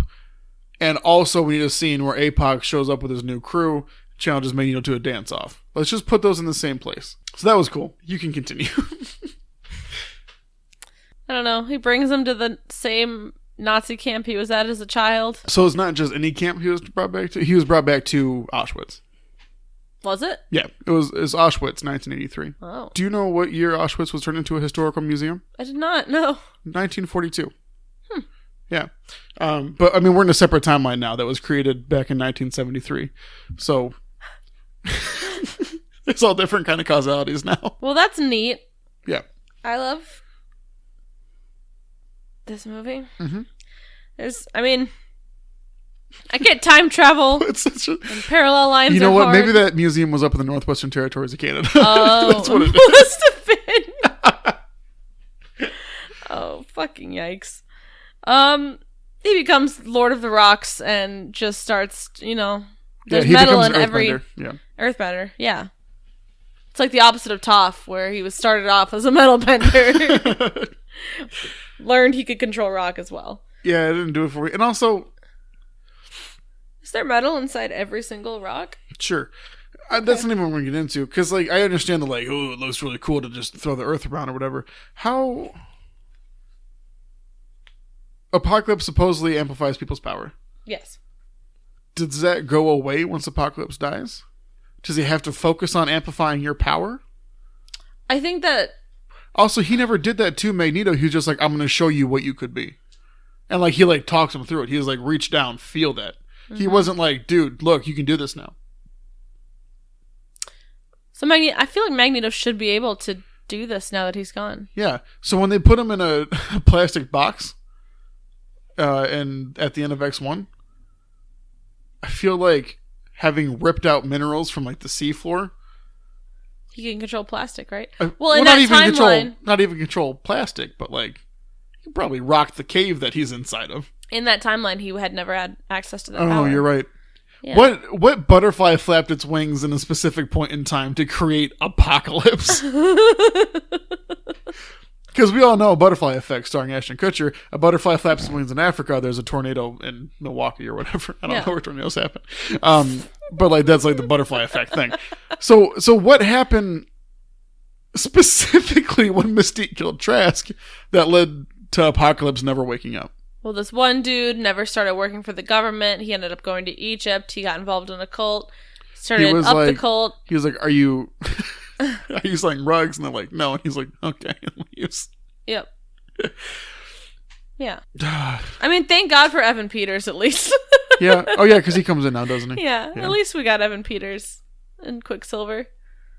I'm going to touch on the fact that you shouldn't be able to play video games faster. Was Pac-Man faster? Because I was watching that. That is absolutely faster. But sometimes it is just, like, the higher levels are just faster. Well, the ghosts move faster, but Pac-Man always stays the same speed. And then he was doing the same thing with Pong, the last movie, where it was like, bloop, bloop, bloop, bloop, bloop. Like, it was just zipping up and down. You can't, like, increase the speed of the game that you're playing. It's a cool effect, but at the same time, if we're nitpicking, is we're it cool? nitpicking. I don't think it's all that cool. Sorry, it's an effect. Doesn't make... It's so unnecessary. And that's the sad thing, is I was like, yeah, Evan Peters. They almost ruined that for me, too, in this movie.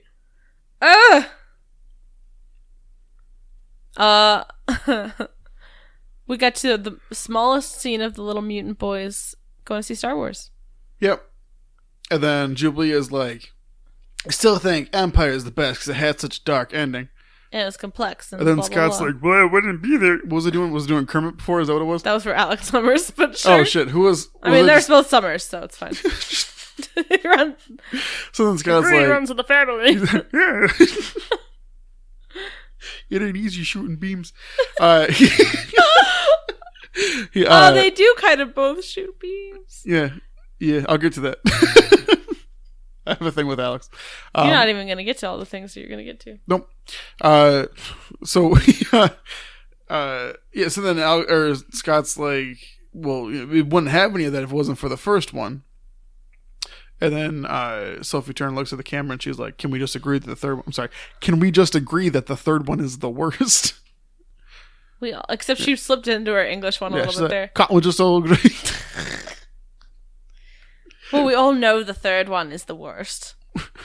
So it's funny because when I heard that, I feel like they were trying to make a dig at X3, The Last Stand. This movie is worse than X3. Uh-huh. And it's also the third one in the trilogy. Yep. In the Mystique trilogy. Nice self-own, dude. Dude. Mystique and Charles have a moment after that. Yeah. I don't know. They were talking about some stuff. Yeah.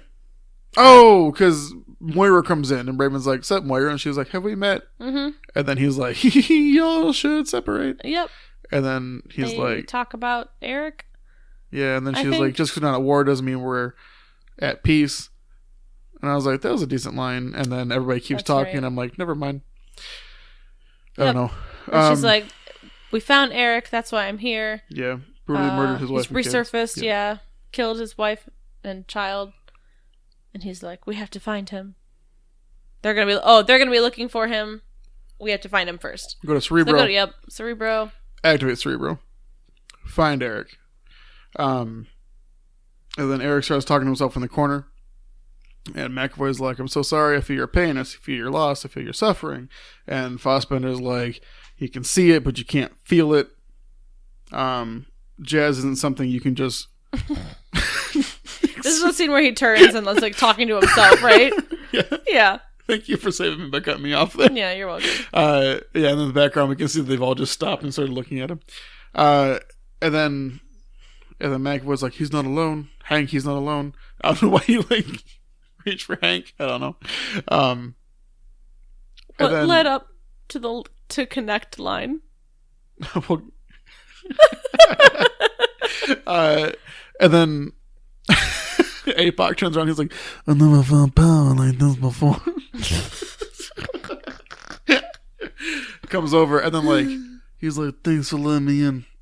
and then goes through Magneto into Cerebro, and then Hank starts trying to turn it off, and he's like, something's trying to get in here. And they're like, for what? Or like, what are they trying to do? And he's like, they're trying to connect. Yeah. And it was like the slow, like, yep. zoom in on Hank McCoy to connect. Yeah. I don't know. Terrible. So McAvoy's like, I've never felt power like this before. And then his eyes turn purple. Cerebro starts turning purple. And then he's like, Alex, you have to destroy Cerebro. And he's like, wreak havoc. And then the crowd goes wild. And Bryan Singer high fives himself. Yeah. Yeah. And so here's my thing with Havoc. You might remember in first class he had the hula hoops. Yeah. He used to shake it. He used to bring it. Yeah. Shake what his Mamma Mia gave him. Yeah. Shoot hula hoops at statues and etc. Mm-hmm. And then Beast made him a suit that had a little like plate on the front of it that he would channel into that and then shoot the beams out of. Yeah. We see he has nothing on under this shirt. Mm-hmm. How is he concentrating into a beam? Did he just learn how to do that? Did he? Did he just? Maybe. They could have thrown any of their garbage lines away to add that. Yeah. I don't know. To show that, like, if I could learn to control it, so can you, little bro. Yeah. That pop, kind pop, of that kind of thing. Yeah. Pop, pop. Yeah, you go pop, pop, but he shoots a beam somewhere. Yeah. No. I don't know. It's just one of those things where it's like, well, character development. Why did you spend so much time on literally nothing instead of this, which could have been something? To connect. That's what we got instead. Yeah. And don't stop me from killing these men. Hachi machi. So anyways, he starts to destroy Cerebro, kills Cerebro. He does it. He kills Cerebro. For the first time, it's not Mystique destroying Cerebro, which I was impressed with. Still gets destroyed. Yeah, Mystique's there though, so she's involved. I'm still counting it. Not before we get APOC going and inhabiting like the brains of a bunch of different people everywhere. Yeah. Eyes turning black, and then they release all of the nuclear missiles in the whole wide world, leading him up, and he says, "Oh, you can shoot no more your sticks, no more boulders, no more slings, no more superpowers." Is that what he sounds like in this scene? Yeah, he doesn't do he doesn't talk like that. He actually does have like a yeah. Well, arrows from the Tower of Babel. But you can never strike God! I wasn't sure how I felt about that in the moment. And the Rita Repulsa laughs. He what? Rita Repulsa laughs. Don't worry about it. It was better than... the fucking two of you that recognize Ivan Ooze. Just, I don't know. It was a better line than most of the other ones, which is, I think I liked about it. It was an average line and became the high point of the dialogue. Mm-hmm. When they explode Cerebro, it causes the school to start to explode. Nope. What? They walk out of Cerebro. A purple portal opens. Everybody steps out, and Mystique's like, Eric! And then he's like, Mystique! And then just fucking takes Charles. Yes. He just picks up the chair and like yanks it at him. Oh, his like power stance when he does it too is so and then they start the teleporting away, and then Havoc's like, I got the shot, and then Hank's like, no, and then shoots it, and it goes through that door and hits like the fucking reactor of the plane. Oh, yeah. And that starts to blow up. And then we cut outside. And then the bee? Little bumblebee. Little bumblebee gets all frozen, like slow motion. We see the car with the shitty little mutants in it, slow motion. Shitty mutants. And I was very confused at first. What is going on here? Evan Peters, back in action. Mm-hmm. Slow-mo scene, 2.0. Yeah. I'd like to remind you what I said last time about the slow motion scene, which is if it went on any longer, or they had another one of it, it would have overstayed its welcome and would not have been as enjoyable. And I thought of exactly you saying that when it happened. Because, like, it went on far too long. And it was not a welcome thing. A quick spurts of it would have been nice. Well, if they showed him, remember when this happened? If they showed him saving the people downstairs. And then if they just showed him, like, make his rounds, but, like, from the outside of the school, so we just see people start, like... zooping in and out, yeah. Like, that would have been fine. But it was, like, following it through the whole thing. I was like, all right. Phil, I think you should write this movie. No, I don't know. We're not even to the part that needs it the most yet. Oh, God. Yeah, so he saves everyone in the school, except for one person. Oh no. The only person that has a shared last name with anybody else in this movie. Well, he's gotta go because of that. Alex Summer dies. Rip. Alex Summer eats shit and dies. He eats shit and dies. Just like Jean Grey Jean probably Grey's like, will. Yep. That feels familiar. Yeah. In another life. Yeah. She's like, man, not the first time I've been around a summers that just blew up. Woo! Is this when they need to leave to... Oh. Sorry. He's like, it should have been me. Alex was going to make a difference in this world. And she's like, he thought that about you. And then she gets... She thought that about you. She says... And she gets the Scottish treatment now, because I think she was trying so hard to be American, but like she slipped into English because she said, you are going to make a difference in the world. You were. Like, not now, Merida. Now, have you ever wanted to change your fate? Have you ever wanted to change your brother's fate? Hey, Scott, your brother's dead. And then she hears some shit in the background. Yeah. And it's William P.J. Stryker. Phil's favorite character. Phil's second favorite character. Yeah, check that out. So he lands.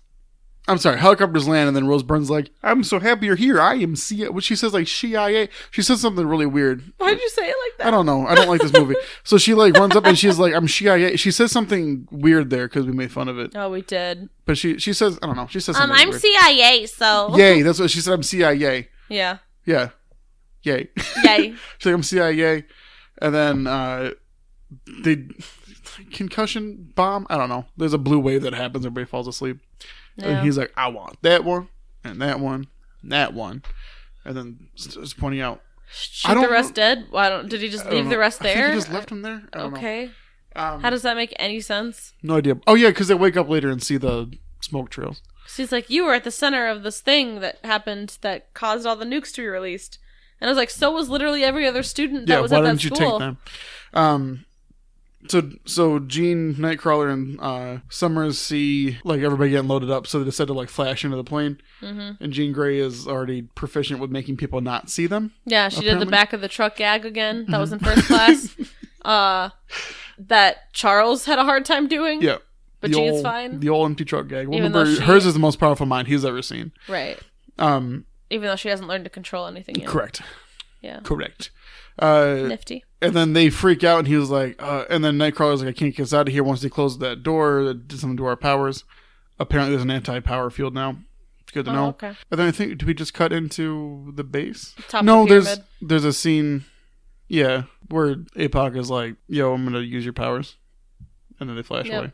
Well, Eric and Charles talk, and he's like, remember I said that I saw the good in you?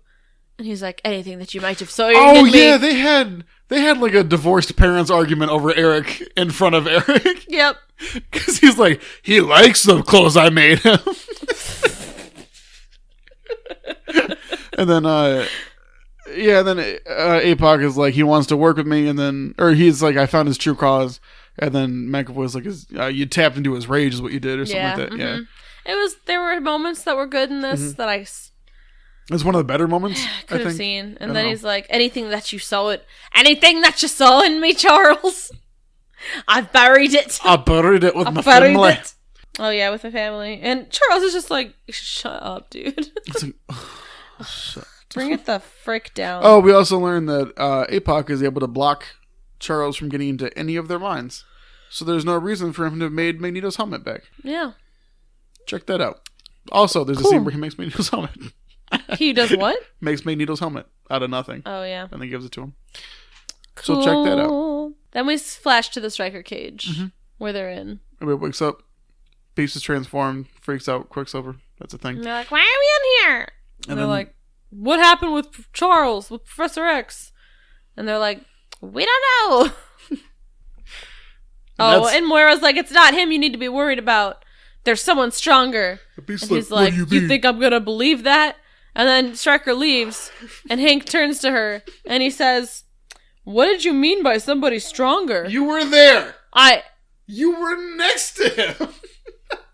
And he would have been told about this? Hank, he's not alone. And then Cerebro went fucking nuts. What do you think happened? Ooh. Remember when they said, what is he trying to do? And you said, to connect. Who the fuck do you think you were talking about? Oh Someone not powerful enough to reverse engineer Cerebro through fucking mind magic? I hate this movie. Kids are fucking around. They fucking find Logan. Oh, is that what happens now? Sure. Let's just talk about it, because that's the thing. There's some kind of animal in there, Phil. Yeah. There's a Koikwatsu in there. We got some kind of Wolverine. So they're like, there's a animal in there, and then she's like, it's not an animal. It's a person. It's a human being. It's a human being. It's Weapon X. The guy comes in and is like, hi, kids. And then she opens the cage, and then Hugh Jackman loose. Hugh Jackman comes out. Yep. And I don't know. I hated this. I literally hated that this was in the movie.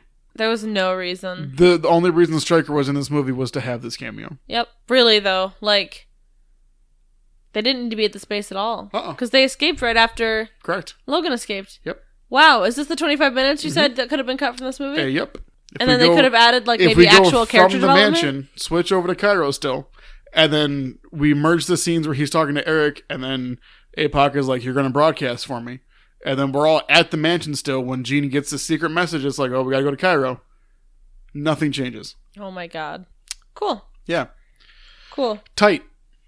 Oh, at some point we learned that Quicksilver is Magneto's son. Yep. Too. Yeah. No, that's an emotional hit that, really, really struck home with us. Yeah. Oh, yeah. By the way, he's my dad. Oh, and Mystique's like, what? Yep. She's like, yeah, my mom, like, he left my mom when I was really young. Cool. That's the thing. So I remember Phil telling me that Magneto was Quicksilver and Scarlet Witch's father. Papa. So that would have been the cool Scarlet Witch cameo. Yeah. Since they made a point to have Quicksilver be his son. Yep. Yep. Even though we've never had any notion of him being with this woman. Yep.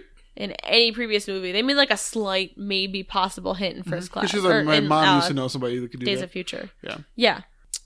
And I thought that's where they were going to leave it. No.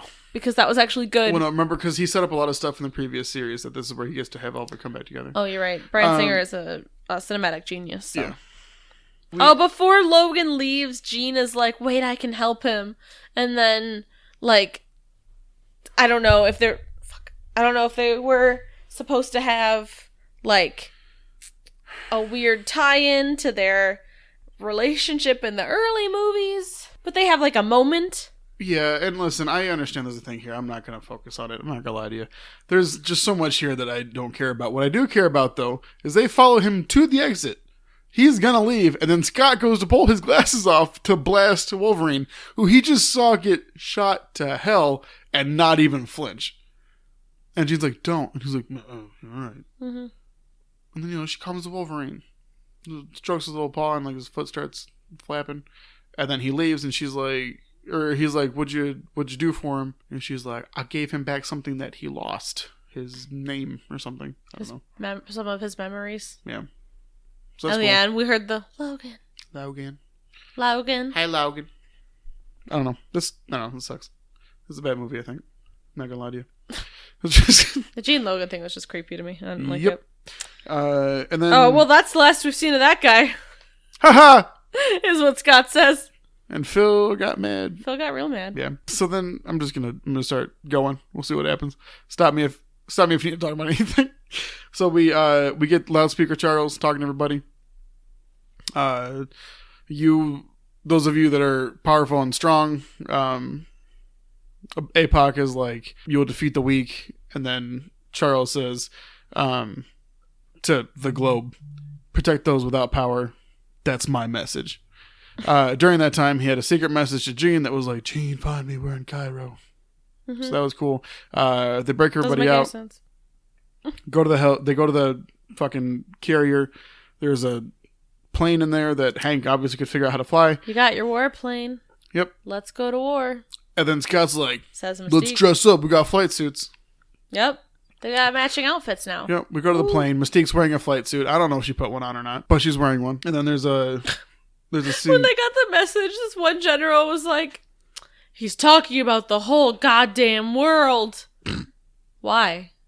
That's I wrote that down. Yeah. Well, no, there's a lot of stuff where they're like, this is what's happening. And then the character is like, this is what's happening. I was like, thank you. Like that whole Beast saying, what do you mean someone more powerful than Xavier? Right? If Stryker had pushed the button and said, what do you mean someone more powerful than Xavier? Then we cut over to the other kids. That's the same fucking scene, but more sense. Anyways, we're on the plane.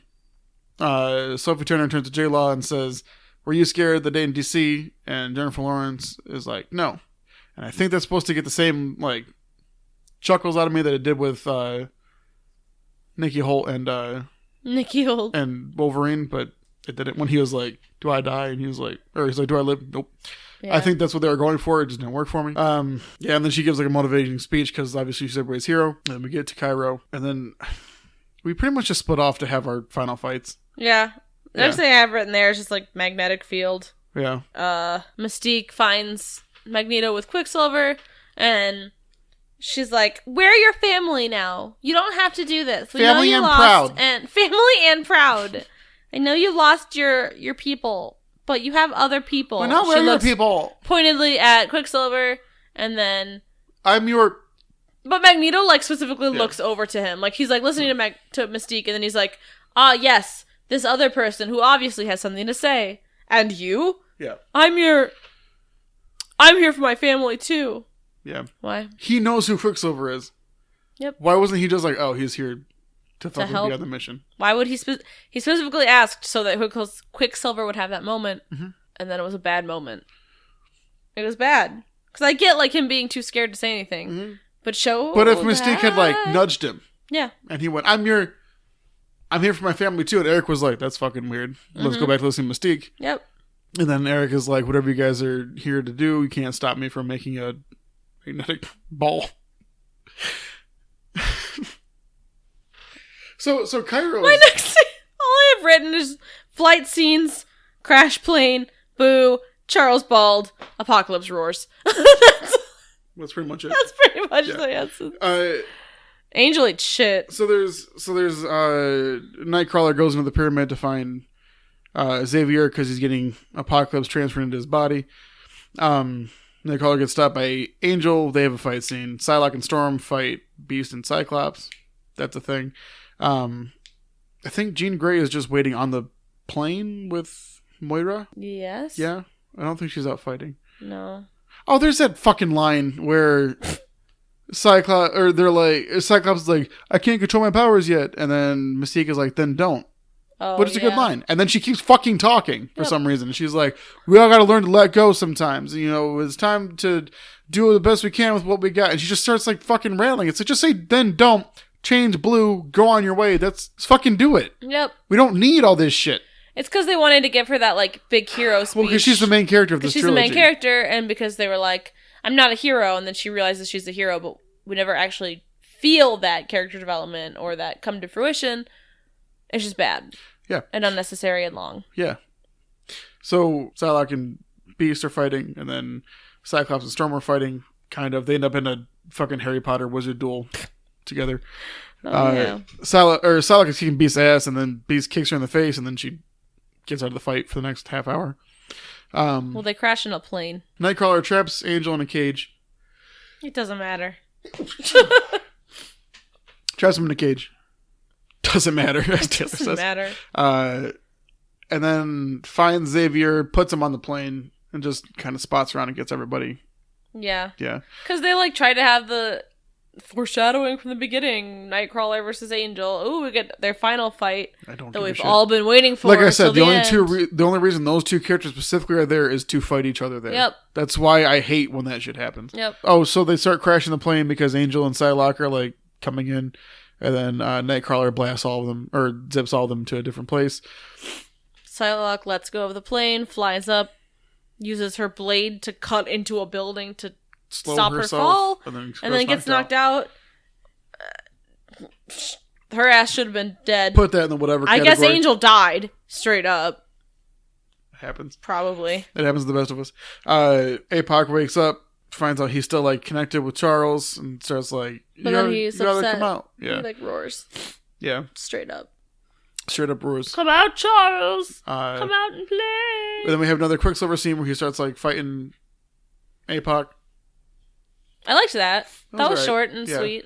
And then APOC wakes up in slow motion and like freezes Quicksilver. Well, I think he's like adapting to his power or something. I think that's what that's supposed to be. Yeah, but tell us that he can do that. You know what I mean? I don't know. I understand that I say show don't tell and say tell us he can do that, but you clearly can't show and not tell, so why not dip into your tell wheelhouse every once in a while? That part I think I was okay with because at this point I knew he was just strong and could probably do anything. So I was like, sure, yeah, that's show true. He us is that just he's overpowered. just super overpowered and can stop him. He like breaks his leg, which is that part I was like, oh, like that did actually kind of get a reaction out of me when he like breaks Quicksilver's leg. Yep. Psylocke walks up and he's like, kill Finish him. Yeah. And Psylocke like slices Apocalypse's neck, and I was like, it is just as likely that Psylocke decided to turn good. Yes. I was convinced this was or Psylocke it's still. Mystique. Those two options were so even in my head. Not as in like, oh, they both can't happen, but both were like, this is one of those two is what happened. Either she just changed good for no reason, or it's Mystique. I had no like, just like Storm changed good for no reason in a second. Yeah, just like that. Well, that one kind of makes more sense because she turned blue after like she was choking, and then like that's not how that was supposed to sound. Mystique became herself afterwards, and then she was like, "Oh, it's my hero. What is he doing to her?" And like that, I kind of get because they set it up at the beginning. That one is a little bit more figurable, but yeah, I was like, Psylocke just probably fucking. But Jean and Moira and Charles are in a building. APOC starts choking Mystique out, and he's like, "Come get your weaklings, Charles." Charles. Come get your weaklings, Charles. And he's like, "I have to go," and they're like, "You can't. He'll have. You all literally of us." can't. You can't walk. Yeah. The fuck you think you're going? God damn it! And then he's like, "I may not be able to walk, but I can fly. But I can sleep." He's like, and he goes into his mind palace. He's right. We are connected. Thank you for letting me in. And then like goes back. I don't know. Yep. Goes into his mind palace. I liked the start of the psychic battle, and then it lost me real fast. Yeah. Yes. When they faced off against each other, I was like, okay, interesting. Yeah. And then when he started like punching him and like bringing him to his house, I was like, all right. This is. And he's like, "You're in my house now." And he's, "You're gonna need a bigger house." Jesus, psychic battle. Charles getting the shit beat out of him. Yeah, that goes south real fast. And he's like, "Jean, help!" And like, why did it take him saying "Jean, help" for Jean to be like, "I should get in there"? Right? She wasn't doing anything. And there wasn't even all that like, "I'm scared to use my power" stuff. She just wasn't doing shit. Yeah, they don't give us anything. But hey, Dark Phoenix saves the day. Whatever. I'm gonna skip ahead. Dark Phoenix comes out. It's a thing. We got the giant X metal pillars. All right. I've got to forget. We gotta bring this movie down even lower. Oh my god. This we one came all this way. I'm like, all right, we're done. Let's just get through. And you're like, wait, there's more. Why do you think I came all this way? Jesus Christ. Let's drag it with us for all we got. You don't betray me? Mm-hmm. No, I betray them. But you also are But betraying you are me. also betraying me. Oh, you're right. I am betraying both of you. I am betraying you. Jesus Christ. Oh, and then Rose Byrne's, they can't stop him line because, we have to speak the whole movie. Yeah, I think they just had the script and they were just reading out everything. They were like, and then Apocalypse couldn't stop them. And then they couldn't stop him. They had the beam powers, but they can't stop him. Was that good? Like, yeah. Mm-hmm. No, that sounds good. And then he starts getting away, and Beast is like, "Oh, they're getting away." And then Storm's like, "Lightning." That fixes it. Jean enters the Mind Palace then. And he's like, "Unleash your power, Jean. Unleash your power. Unleash your power." Good. Good, Jean, good. And then she does. Yeah. She does. And then she feeds shit and kills APOC. She feeds shit and he eats it. Yeah. And he eats shit and dies. He says like, he's like, all is revealed. He's like, he says something weird like it's me, or like, he says all is revealed. He says something like right before that's like, there's another or something like that. It's something. Oh, maybe. He like mutters something and then goes, all is revealed. And then. Yep. Dusts away. Just like dust in the wind. Yeah. I mean, you close your eyes only for a moment and that moment's gone. You close your eyes for 2 hours and 23 minutes and that movie's still playing because this movie's long as Fuck. Yep. And then during the commentary, because we watched it during this scene, Bryan Singer was like, well, I set up X2. I set up the Phoenix in X2, and it's really satisfying to watch it play out like this, just moment for moment in the comic like this. And then Dark Phoenix comes along, and he's like, oh, look at this cool thing I did. Like, and we set up Dark Phoenix back in X2, or I set up Dark Phoenix back in X2, and it was great to, and obviously it finished then, but it was great to come back and, like, see it the way that I always thought it would. Like, he just... The bird, the thing, and then... It's really big in Chinese culture. And yeah. I'm not a Bryan Singer fan. No. And I feel bad because I think Days of Future Past, I was like, he's back. He's doing it. He's killing it. And then I saw this and I was like, hit that commentary track. And I think I was like, skip to this scene. Yeah. I'd be curious to listen to the commentary for Days of Future Past as well. And then I might just like sit and watch it for this one too, just out of curiosity. Put it on the background or something. Just see what Bryan Singer has to say. I'll watch Days of Future Past with you with the commentary on. Okay. You don't have. I would never ask you to watch this movie again with me. Thank you. Yeah. They think Charles is dead. Charles ain't dead. He's like, hey girl, we on a beach. We in Cuba. And then wipes away her tear, gives her all of her memories back. Yep. And she's like, thank you for giving that to me. And he's like, I never should have taken it from you. Yep. And then she's like, oh, you're right. That was fucked up. Yep. And then they're not together. Yeah. That's probably what happened, right? I hope. And then they're back at the school. Nightcrawler wakes up and was like, what did I miss? And then they have like everyone has a moment. Like, now the world don't move to the beat of just one drum. What is that from?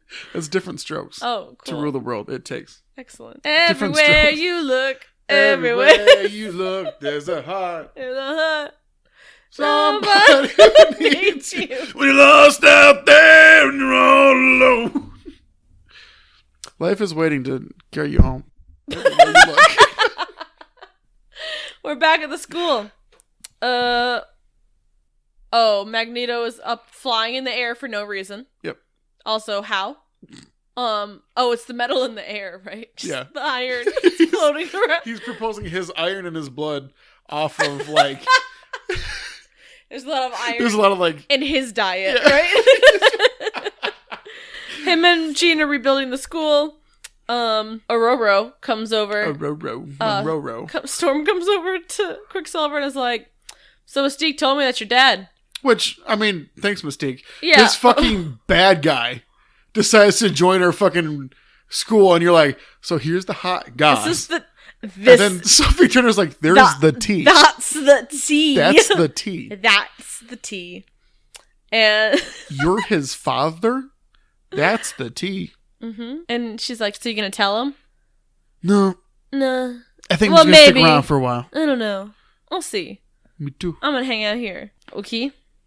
Cool. And then we get Eric leaves again. Goodbye, old friend. And then he says, goodbye, Professor. See, I liked this conversation they had. Yep. Finally, there was a good conversation back and forth I liked.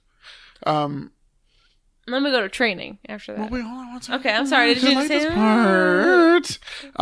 So Charles is like, can I convince you to stay?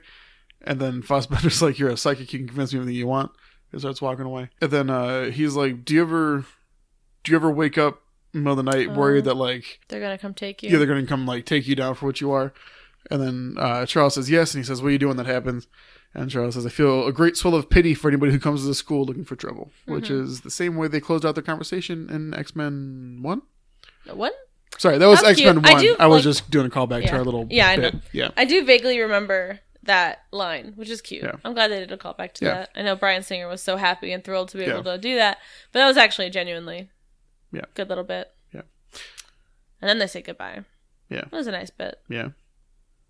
Forget everything you know! Forget everything you know. Forget your school. Forget your Training backpack at home and have to tell your mom to turn around and get your backpack. Forget your pencil. Ask the kid next to you. I forgot the monologue, so I just went with it. I just think of Nicholas Hoult in the background. We're X-Men! Fuck you! We are!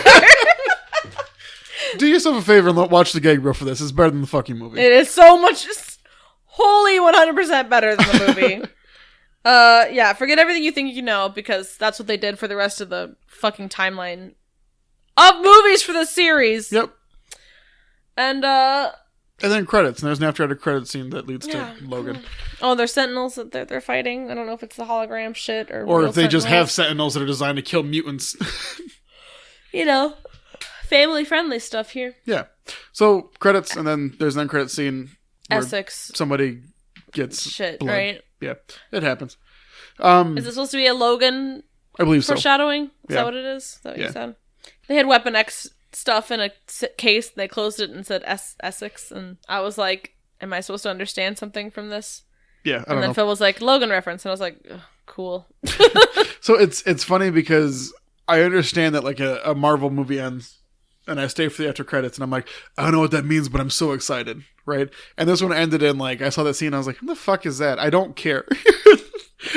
So it's funny how just like just such a contrast and like waiting for those scenes. Yep. You know what I mean? Hmm. I'm really glad we don't have to talk about this movie anymore. Yeah, only for the wrap up part. So Days of Future Past created the second timeline. I understand that. Creates different like causalities that would cause different things to happen. Totally get that. I just don't understand how like some people would be younger or older than they're supposed to be in this timeline.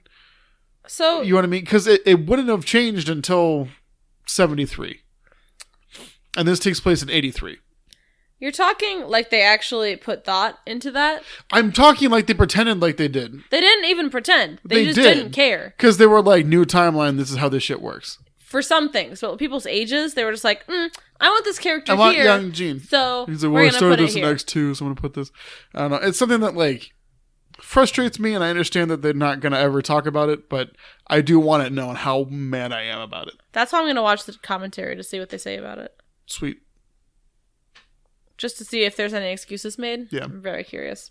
Gotcha. I don't know. It's a whole bunch of They did a shit job. bad. So overall, not happy with this movie. At all. I assumed everything after Origins would be above X2. Mhm. I figured the first 4 movies would be the bottom 4. Everything else would place above those. I figured our worst one would still be better than X2 or whatever. And I was watching this, and there were, like I said, there was a point where I was like, oh man, I wonder if this will be better or worse than X3. And then I was like, is this better than X-Men Origins? I don't know. I don't know. I still think this is slightly better just because I mean it's close. It's way closer than I'd like. It's really close because screenplay is so important to me. And Yep. I've talked about this before, how important character writing is for me because I appreciate writing that involves character decisions moving forward and not just a plot that we need to put characters in and then move them along. That's all this movie is. This movie is apocalypse happening, Yeah. and nobody changes from A to B. At least Origins was about a character moving forward and like his choices.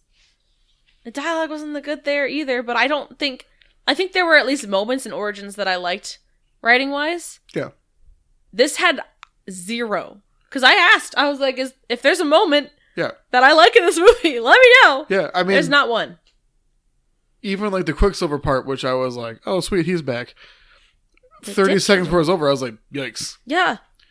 And then there's that entire Stryker bit, and like that's the thing too, is like it wasn't doing well to begin with, and then the Stryker stepped out of the plane and they just fucking slammed on the brakes. Mm-hmm. And they're like, all right, let's figure this out.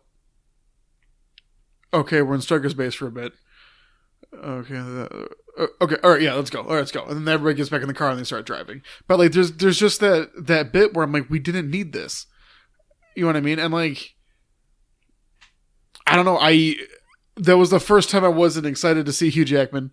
Yep. I actually, when they showed the cage, I was like, God fucking damn it. Yep. I was like, we don't need this. That's not. I just had 10 movies about this already. Yeah. It's just Give me a like, first class Hugh Jackman cameo, not a right.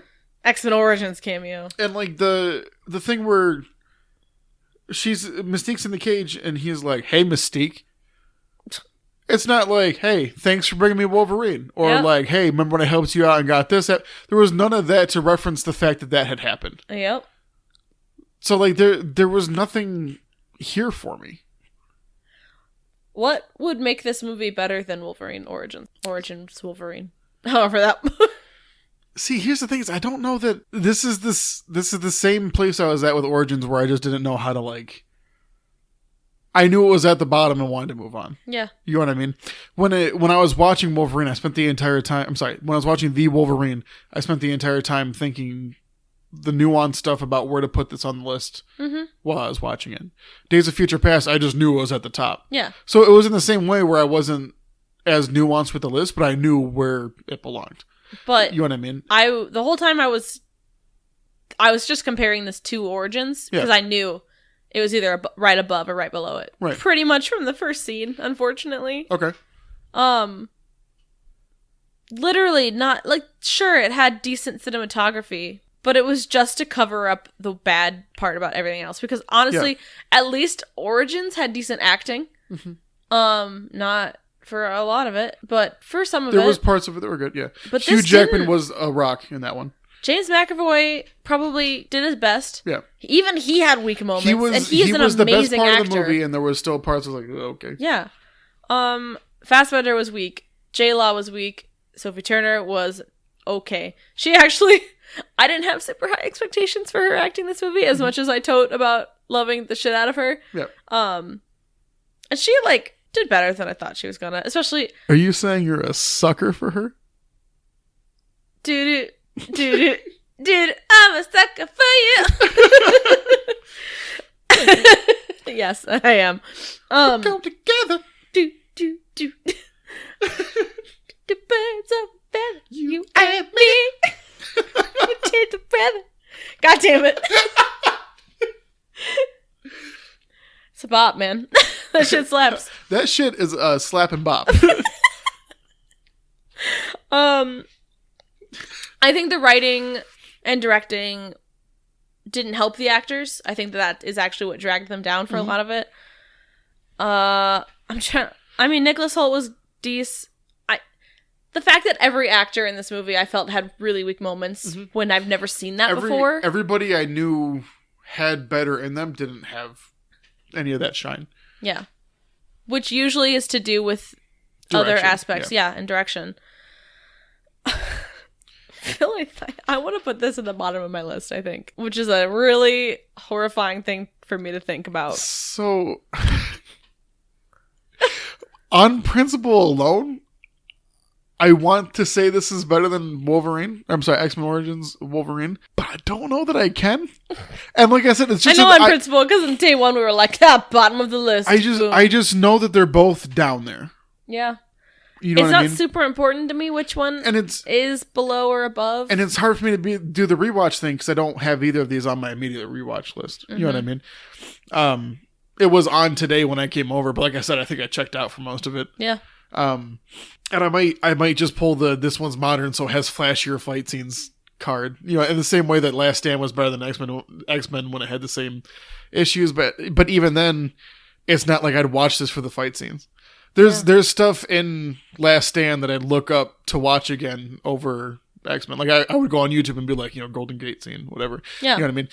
I don't know anything in either of those of either Apocalypse or Origins that I'd be like, you know what I kind of want to see right now? So I mean, I'm trying to go through Origins in my head right now. I know I try to block it out mostly, but yeah. It was a lot of the same elements were in each of these that made them bad. Right. This is the same way Last Stand and X-Men were having to be compared. Yeah. So this is that same kind of toss-up where it's like they both could be in the same slot, if that makes sense. So like we could have... Sorry. So, would you like to read your list? Drum roll, please. Okay. BuzzFeed's top 8 official Sweet X-Men Jesus rankings Christ. as they Last Stand are... Get the fuck out of here! I should have saved that for our last one. 'Cause that's the real Last Stand, right? I want to die! Are you good? No, but No, continue. okay. Number 1, X-Men Days of Future Past. With a bullet. Number 2, X-Men First Class. Number 3, The Wolverine. Number 4, X-Men X2 United Electric Boogaloo. Perfect. Number 4. Nope. Number 5. It's not that easy, is it? X-Men 3 The Last Stand. Number 6, X-Men 1. Number 7, Wolverine Origins. X-Men Wolverine. X-Men Origins Wolverine. Yes. X-Men. The X-Men, the Origins. Origins X-Wolverine. Yep. Where Wolverine. are we putting Apocalypse? God, it's just such a toss-up. I didn't like a single moment of dialogue in that Apocalypse. I don't think there's anything I liked that much in Origins, though. You know? I think there were moments that I liked. Because I remember being like, I could turn my brain off and still enjoy parts of it. But this movie had... Because here's the thing is, I think if we were to watch these two back-to-back, which please, for the love of God, never do to me. Like, if we had to do that, like, it... God, I just...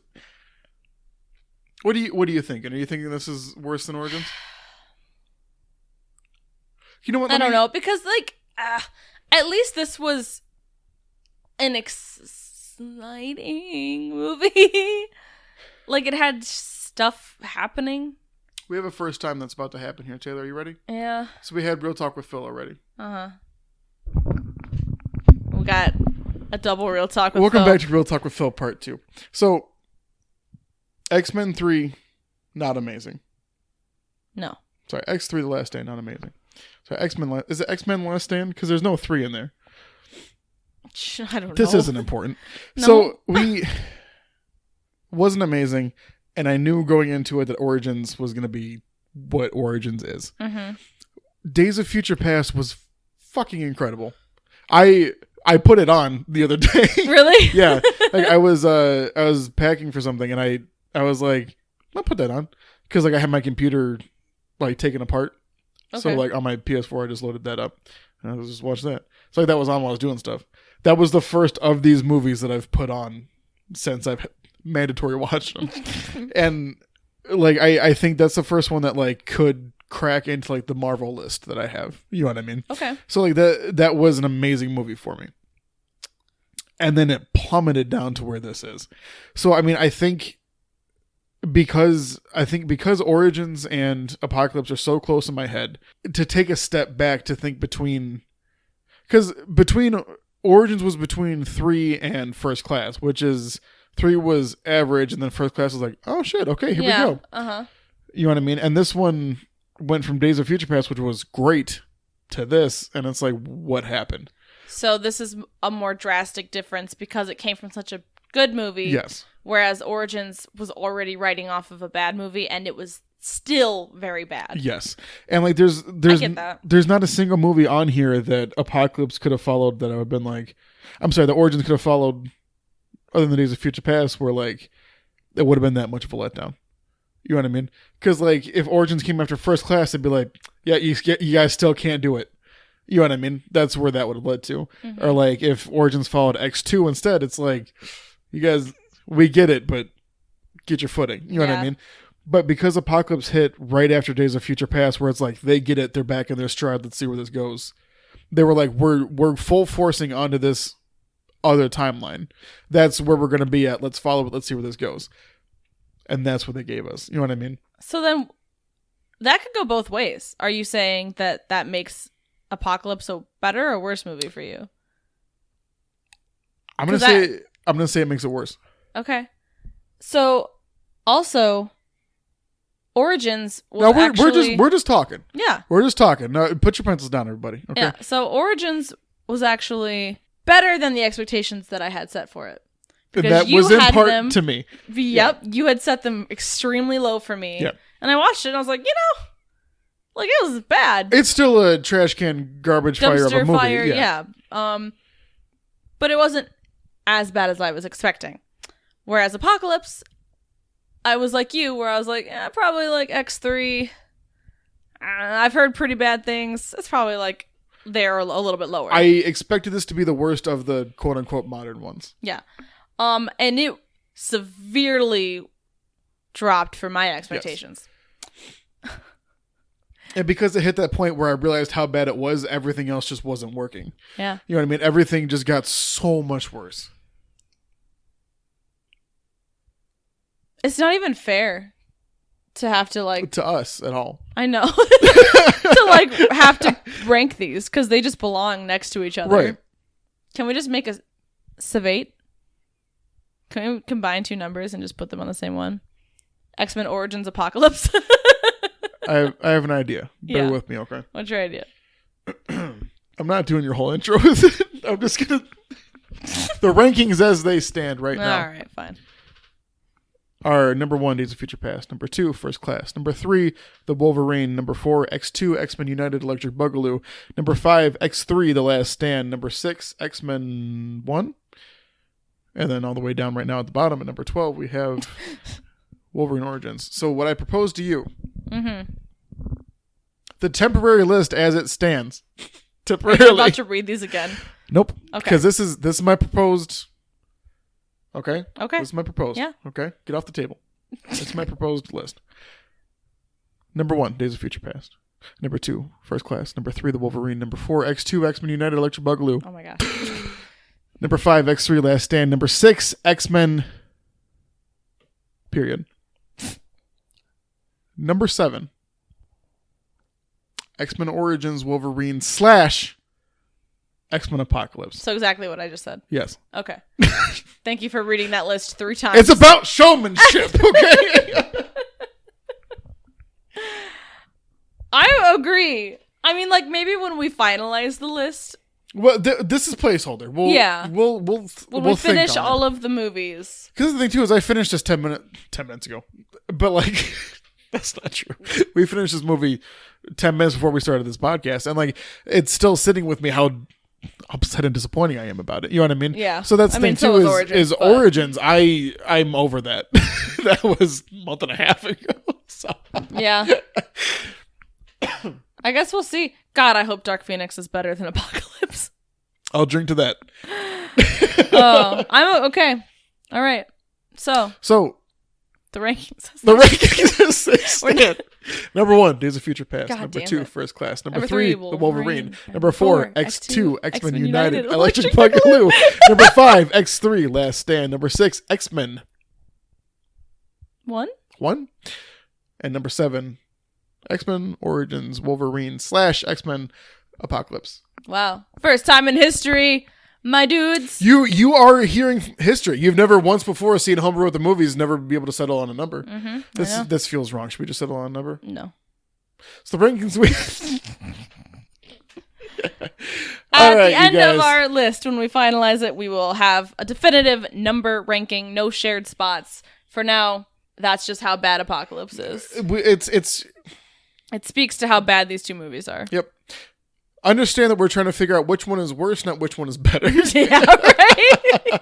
There's a very specific distinction we're making there. Now, you know where to find us. We're at Home Brew Gaming.